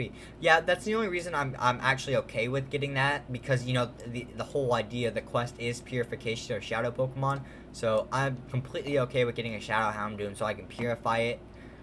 That'd be super cool. And then I would have my final Pokemon on my team, because we haven't started any quests on Gen 2 yet, but we're flying through getting our team. I think we're gonna fly through Gen 2 really fast, guys. I think it's gonna be a really short series in comparison to Season 1. But something I will say, and I'm gonna go ahead and let you guys know, which I did forget to mention in the series itself for Pokefind. I'm gonna have to make sure I mention that in the next couple episodes that I record. The fact of that, there's not gonna be a second playlist for Season 2. While Season 1 and Season 2 are technically two different series of the same seasons of the same series, they're not gonna have different playlists. So all Gen 2 episodes will still be on the Gen 1 playlist for Pokefind, for my videos on my channel. They're gonna come out the same, on the same playlist. So even though the different series, Season 2 is going to be on the same playlist as Season 1. I also used to level up my Pokemon trainer. I also have to level up my Pokemon trainer a bit more to use the Pokemon from Gen 1. Yeah, I get what you're saying. I'm trying to stick with using Gen 2 Pokemon for Gen 2. That's my way, my feel. But you can always go out your own way in your own bout and whatnot. Okay, we need to break this bed. And now we can come place it down here. Perfect. Okay. What do you want? Yeah, there's your beds, okay? You're all protected now. Don't worry about it. Okay, let's go ahead and mine these up here. I think after this, our next goal is just to light this area up. So we're gonna get a whole bunch of torches and stuff and light it up so we don't have to worry about it. Okay, mine these all up. There we go. You scared me for a second. I literally thought you were a mob that wasn't attacking me, and I was really confused. Freaking villagers trying to scare me. What do they think they're doing? Okay, now let's come up here and let's mine this out this way so we can actually reach the roof. Well, I'm gonna have plenty of blocks for certain areas after this. Geesh. Plenty of oak wood staircases. That is for sure. And I'm not gonna ever use them. Come on, mine up faster. I know it's a stone axe instead of an iron axe, but you got it within you. Ooh, it's gotten really cold in my room now. It's nighttime. Okay, mine, and mine. Wow, 2.5 hours, guys. Can you believe that? That's how long we've been live for. 2.5 hours. I really didn't think it was gonna take this much time to do all this work. But you know, once again, that's the whole point of it being a live stream. So we don't have to worry about that type of stuff. And it's more fun for me this way, making all the preparations that I can sit here and actually talk to you guys. I think it's a lot more enjoyable for me. Plus, you guys get some more content, you know, and we can always, you know, directly chat, and I think that's a lot better. Okay, and there we go. Take my axe there, throw away the wooden pickaxe, and oh, they all sweep. I'm gonna sweep. There we go. I have so many shiny and Alola and Guardian Galarian's Pokemon. I don't need that. Just trade them, Nick. Anything you need. If you need better Pokemon, anything like that, just start trading them with other people, and that's gonna do everything you need. Are you guys about to have another kid? They had another kid! Yes, my villager farm is working, and I'm not even started on it yet. Like, I have, but I haven't. Like, I'm just getting it prepped right now. That's the whole point of this live stream.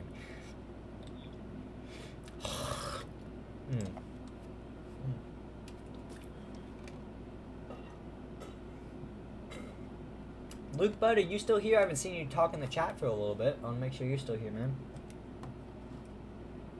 We're up to 5 likes on the stream, guys. That's absolutely fantastic.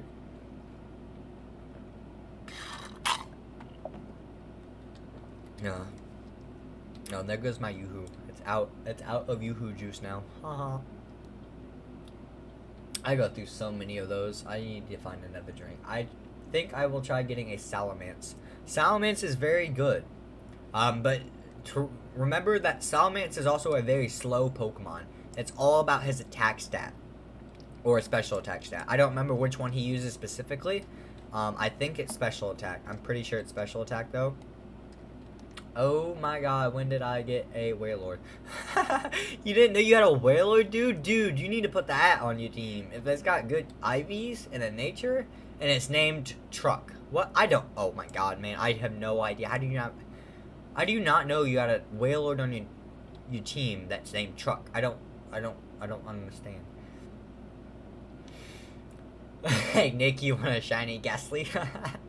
That's funny, Chris, because, you know, yeah, because shiny Ghastlies? Yeah. I didn't run out of commentary, so I keep saying yeah.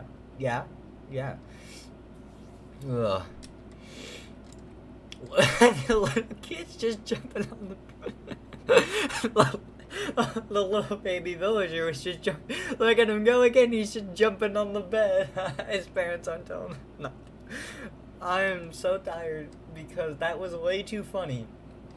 That was way too funny. I shouldn't have laughed that much at that, but that was funny. Oh, by the way, my Alakazam is so good. It's timid.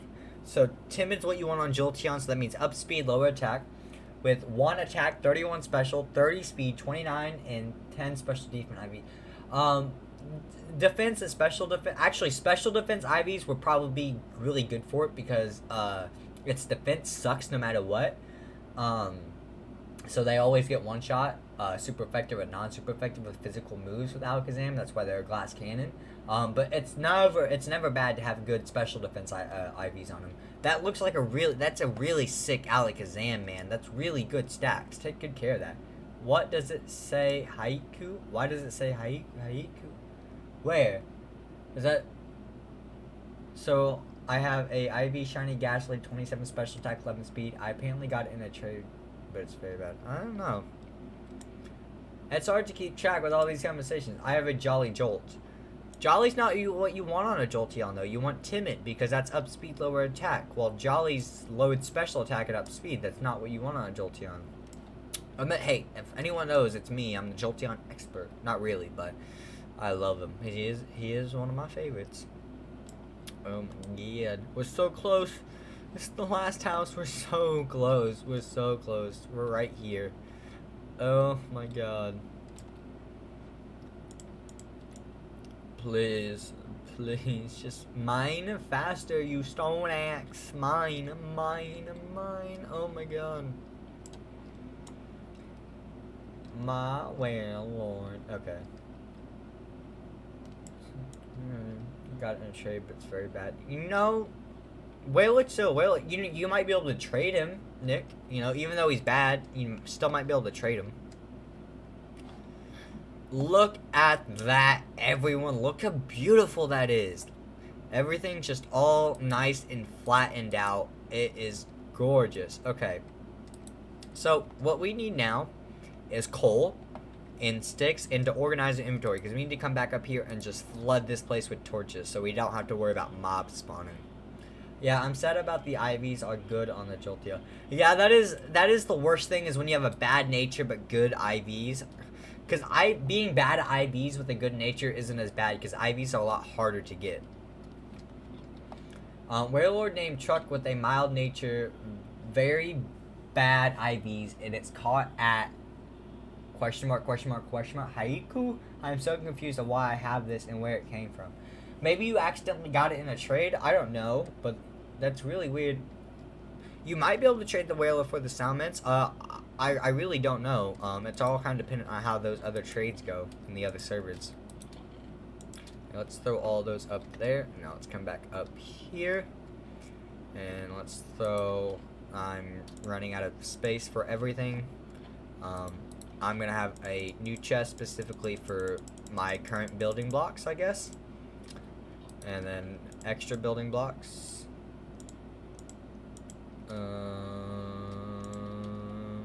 Why is my shield in there? Why are sticks in there?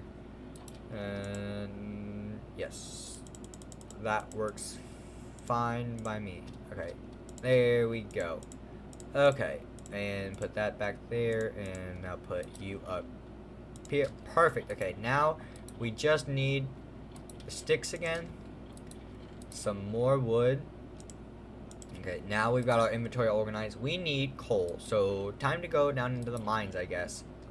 Or I could just steal coal from my furnace factory, which is what I'm going to do. I'm going to have to do so much coal grinding off screen so I can actually be able to do this stuff. Okay, I need... Yeah, because I've run out of coal for my entire system. I'm out of coal. Oh my god. 2 coal. Yep, time to go mining. We need to go down into the mines before we can get torches. I can't wait till we go to the Nether in a few episodes. That's something I'm planning on recording soon, so we can get glowstone and actually light up our area and it looks a lot nicer. Also, Chris, do you want to buy Dragonair or Dratini? Okay, we've already had that conversation. Ignore it. Oh my god. You can come down here. At least we've finally gotten that entire area flattened out. It looks so much better now.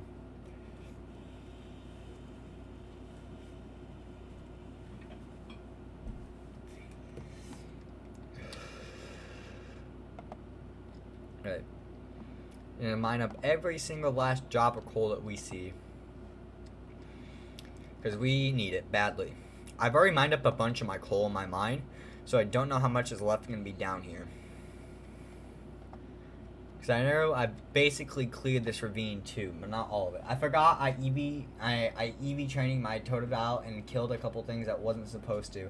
I like this stream. It's very calm and fun to talk with. That's the whole point of the streams like this.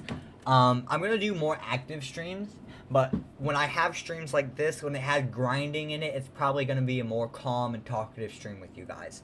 I'm probably gonna be less interactive, but I'm still gonna be very interactive with you guys when I have more exciting stream, which I still don't know what I'm going to do with yet, but at the same time, you know, these are a nice transition, you know, just getting used to doing streaming and everything, so it works out. Coal up there, so that is our target. Let's go ahead and start mining up. Chris, it's not a big deal if you killed a couple things wrong with your Totodile. Check your EVs. So the way it works is, even though the stats go up to 255, 252 is the max you can do because it's every 4 EV points gains a yield. So if you have 4 EV points spread out through different categories, it doesn't matter as long as it's not more than 4 in those one category or other categories that you don't need, because then it's not going to affect your EV yields. If it's more than 4, you're going to have to buy a berry and lower it, but you only need to lower one of those stats, so make sure you don't overdo it and buy too many, because it is expensive at 4,000 berries a pop. So say you have 152 special attack, 252 speed, 1 attack, 1 defense, and 2 special defense, but you don't need anything but special attack and speed, you're fine because you only have 4 of those extra stats. So all you have to do is just leave it, and you don't have to worry about it. I like this, Timid Trico, Jolly Chimchar. What are you freaking out about, Nick? How you got 2 starters with 2 different generation starters with 2 different natures all of a sudden? I'm really confused. And I don't think a Timid Trico is very good, because, actually, no, Timid Trico is actually bad, because if I remember correctly, Sceptile is physical attacker. He's speed and physical attack because of things like Leaf Blade. Leaf Blade is his most powerful move. That's a physical type grass move. I think Bullet Seed might be physical. I don't know. But he is a physical attacker because he gets Aerial Ace too, and that's another physical attack move, if I do believe I am correct. I think so, though. Timid, not a good for that Trico. I do apologize. Jolly for Chimchar. Jolly is down special attack and up speed, which is actually really, really good for your Chimchar, because Chimchar evolves into Fernape, which is a fire fighting type. So lowered special attack and up speed for that Chimchar is actually really, really good. So as long as it has good IVs, you're set with that Chimchar. I got starters with my rank. Okay, that makes more sense now too.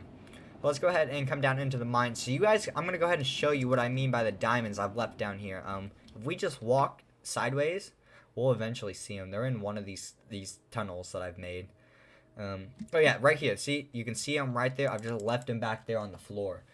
What do you guys think of my mining system, by the way? I think it's actually very, very efficient. And it's good for getting blocks. So we need to look for coal now, though. Coal. Any coal? Ooh, wait. There we go. It's really hard to see that right there. But coal is our main goal, so we need to get as much of it as we can. I think I've cleared out most of these tunnels already for coal, though, is the problem. For main resources. I came back down here earlier for coal when I first set up the smeltery. Ooh. Yeah, no, that's tough. That's not coal, that's tough. That's really annoying.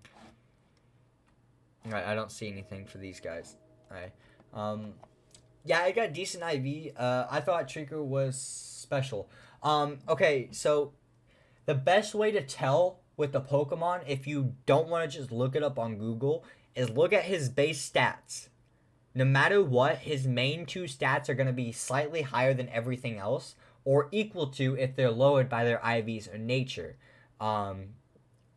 If you pay attention to the moveset, you can kind of get the idea of if they're supposed to be physical or special. Just when you think about Trico and the Sceptile line, because Sceptile is my all-time favorite grass starter, so that's why I know a lot about him. When you look at him, he gets Leaf Blade, Aerial Ace, Pursuit, I think, maybe, I'm not sure. But his attacks are more physical and compared to other grass types. So yeah, you don't want that for Trico, but your Chimchar is really good, so it's all set. My Swimsarp, my Swimsarp? What is Swimsarp? I was trying to say Swampert. Swampert is adamant. Oh, someone has offered me some Salamancers. That's good, Nick. Get those Salamancers. Adamant for Swampert, I think that's actually pretty good. Because I think Swampert is attack. I think so. Because, you know, he's a water ground type. So you want to get physical water type moves on him. And you want things like EQ on him. So yeah. Where are some more coal patches? Right here. There we go. We've got plenty of coal now, but I also need to refill my furnaces for my smeltery, so I need more coal than just what I want for the farm up above for the villagers. Sceptile is epic. I love Sceptile. Oh my god. I have been in love with Sceptile since I used him the very first time I played Emerald. I chose Sceptile as my starter. Just because of the Gen 3 starters, I think I like him best just overall naturally. Even though they're all very good. I think Gen 3 starters has the most balanced set of starters out of all of them. But I used him, and I basically beat the Elite Four run all by myself with just Sceptile. Like, I used my other Pokemon here and there, but mainly it was Sceptile until he ran out of PP, and that didn't happen until, like, the champion battle. So, yeah, Sceptile is very, very good, and I love him very much. He's definitely one of my preferred Pokemon. My problem is I like so many strong Pokemon that aren't pseudo-legendaries. I don't care if I get a legendary or pseudo-legendary. I like having a strong team without those, because that proves you're a good Pokemon trainer outside of just having, you know, beefy, strong Pokemon. Emerald is my favorite game because I can play computer versions. You realize you can play any version of Pokemon technically on computer.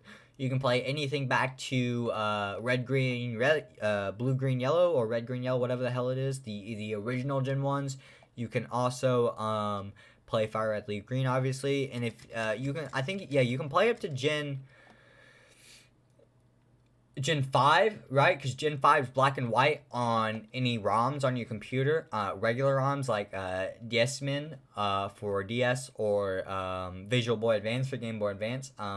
Other than that, there's Citrus is the program you're supposed to use for things like X and Y and whatever.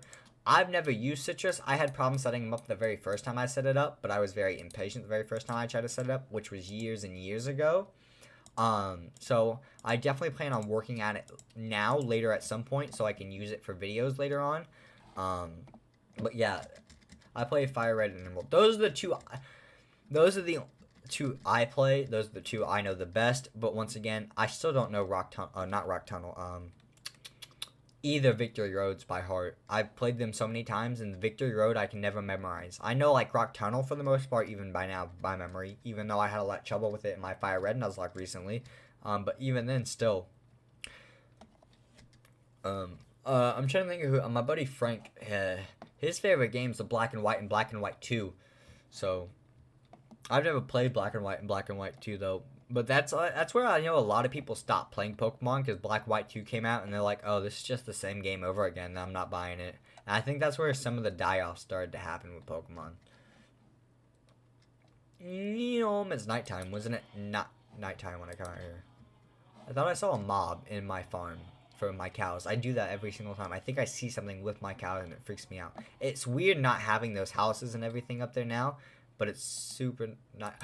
Look, we've already got an Iron Golem. That's so cool. So we need 5 villagers for an Iron Golem to spawn. 5. That we have 3 adults and 2 babies currently. Yeah, coolio. So I need more beds. That's okay because I have iron. I just need to go get shears. So that's easy peasy. I still need to start giving these guys more jobs though. That is something I do need to do. But that's probably going to be an episode type task. So I'm not going to... Hey, it's a cat. It's a cat. It's a cat. It's a cat. It's a cat. It's a cat. I need fish. I need fish. I don't have fish. I don't have fish. What am I supposed to do? I need to go... I need to... Wait. How do I know which type of fish he takes? Can he just take salmon? Well, that cat eats... Because you have to tame every single type of cat as an achievement in Minecraft, right? I never tamed a cat. And I don't think Ocelot count as one of the 8 types of cats. Which is upsetting. Okay, where are... Salmon. Salmon. Come here. Come here. Come here. Come here. Come here. Come here. Come here. Meow. Did I really just break my sugarcane farm? Yes, I did. And I don't. Yep, there we go. I really don't care that I'm not picking it up to regrow it right now. I've got so much of everything. So I've just kind of left my farms alone. Is there really one salmon in this entire river area?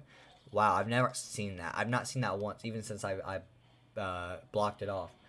I am at Elite 4 on Fire Red, but I have to get a better team and level up. I have a really good trick. If I'm not playing a Nuzlocke, I don't grind on Victory Road. I just play through the Elite 4 without using potions and everything to level up my Pokemon over and over and over again. I don't know. I know that's technically a cheap way to do it, but that's how I do it. Fishy! No, come back! You looked like you were interested in the fish and then you go away. I'm feeding you this fish. I am feeding you this fish. You come here. You come here. How do I catch a fish? How do I... Oh, I got one on him, but it wasn't enough. That's so sad. Oh, okay. So, he takes salmon. I tried to take salmon and cod. Salmon and cod. I need more salmon. There was no salmon. There was no cod either. That's really upsetting. I need salmon and cod, salmon and cod, salmon and cod, salmon and cod. Because I need to tame so many different types of freaking cats, and I don't want to tame cats, but it's a part of the series, and I don't have a choice here. Help me, I don't want to tame no cats. I'm overreacting again, aren't I? I'm having bad luck at finding a good Houndour. Yeah, you know, you always have those tricks, and Houndour is usually not one I don't think you find too often with just naturally good stats. It's something that's a little more rare. I'm trying to get a Chansey and also get XP share, which I need to catch a few new species to get it. Okay, so do they give you naturally as a reward an EXP share in the future gens? Because I just bought mine with cash. It was like $5, so I went ahead and bought one. Okay, you can't chase the cats, I have to come to you. That's a good thing to know. And I might have an extra Chansey or Blissey for you, Nick, to use, but I don't think so. I really don't think so. I think I went ahead and traded him or either got rid of him because I didn't need him anymore and I wanted to clear out my PC. And that's 3 cod, 3 salmon. Ooh, there's another one. No. Bite. Is there another one?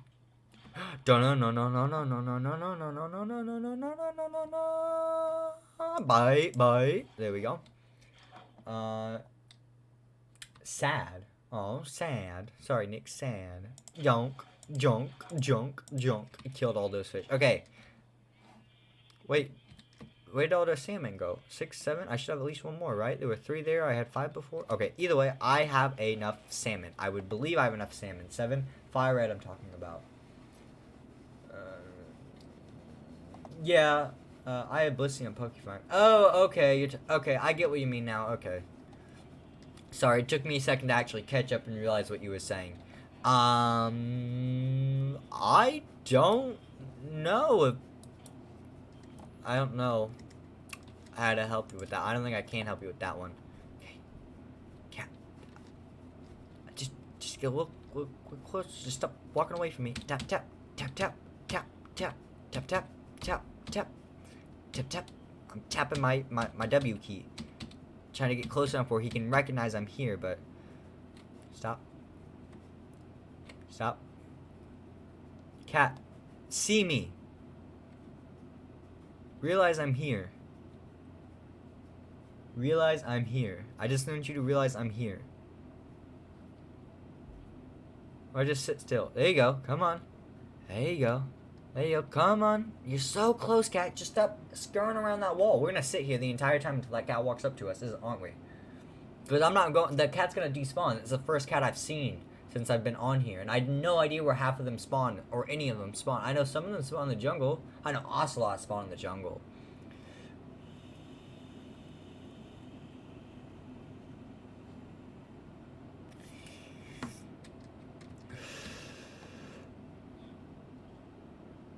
Kitty cat. There you go. Come on, kitty cat. There you go. Yeah, we got the kitty cat. Look at him. Oh, he's got a little red collar now and everything. Does he follow me?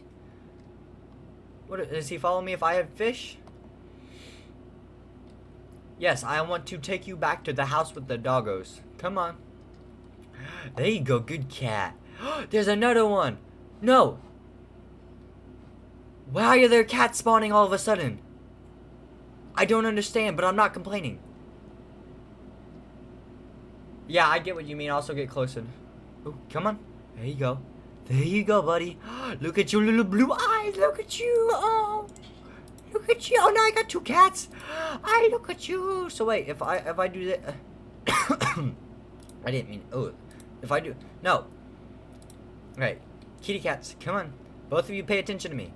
Both of you pay attention to me. No, I want both of you to pay attention to me so I can breed you. I'm gonna leave cats up here. You and you. You. Wait, no. There we go. Look at the baby kitty. Look at it. It's so tiny. Oh, why do I always get that high-pitched voice when it comes to baby animals and creatures, and I love it. Oh my god, look at it. I'm not big on cats. I don't hate cats. I'm not spawn in villages. Okay, and we're literally building a village farm. So that makes sense.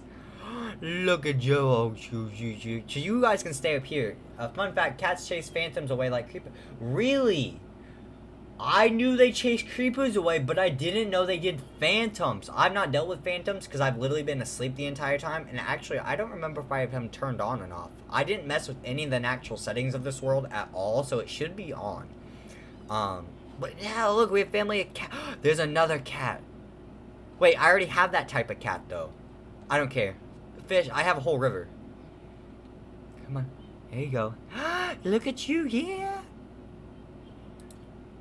Hey, look at it. We got kitties everywhere now. We get the kitties. And kitties can stay up here and protect the village. Okay, so we need to just spam torches. Do you guys happen to know what the hotkey is to get the torch lighting setting? Is it control shift F3? Is that one it? No. Is it control F2? That's screenshot. Control F1, no. Control F4. Nope. Do you guys happen to know the hotkeys for what lighting is? Otherwise, I'm just gonna place these so randomly, I'm not gonna know. Oh, they teleport to me. Okay, that's cool. I'm gonna have to sit them down up here. I didn't realize they were gonna teleport to me like the dogs did. That's okay. I'm just spamming torches over here because I really don't know what else to do until I get the proper lighting, which is, you know, the hotkeys and the glowstone that I need from the nether. This is way overdone, but I just don't want to take any chances with it at all.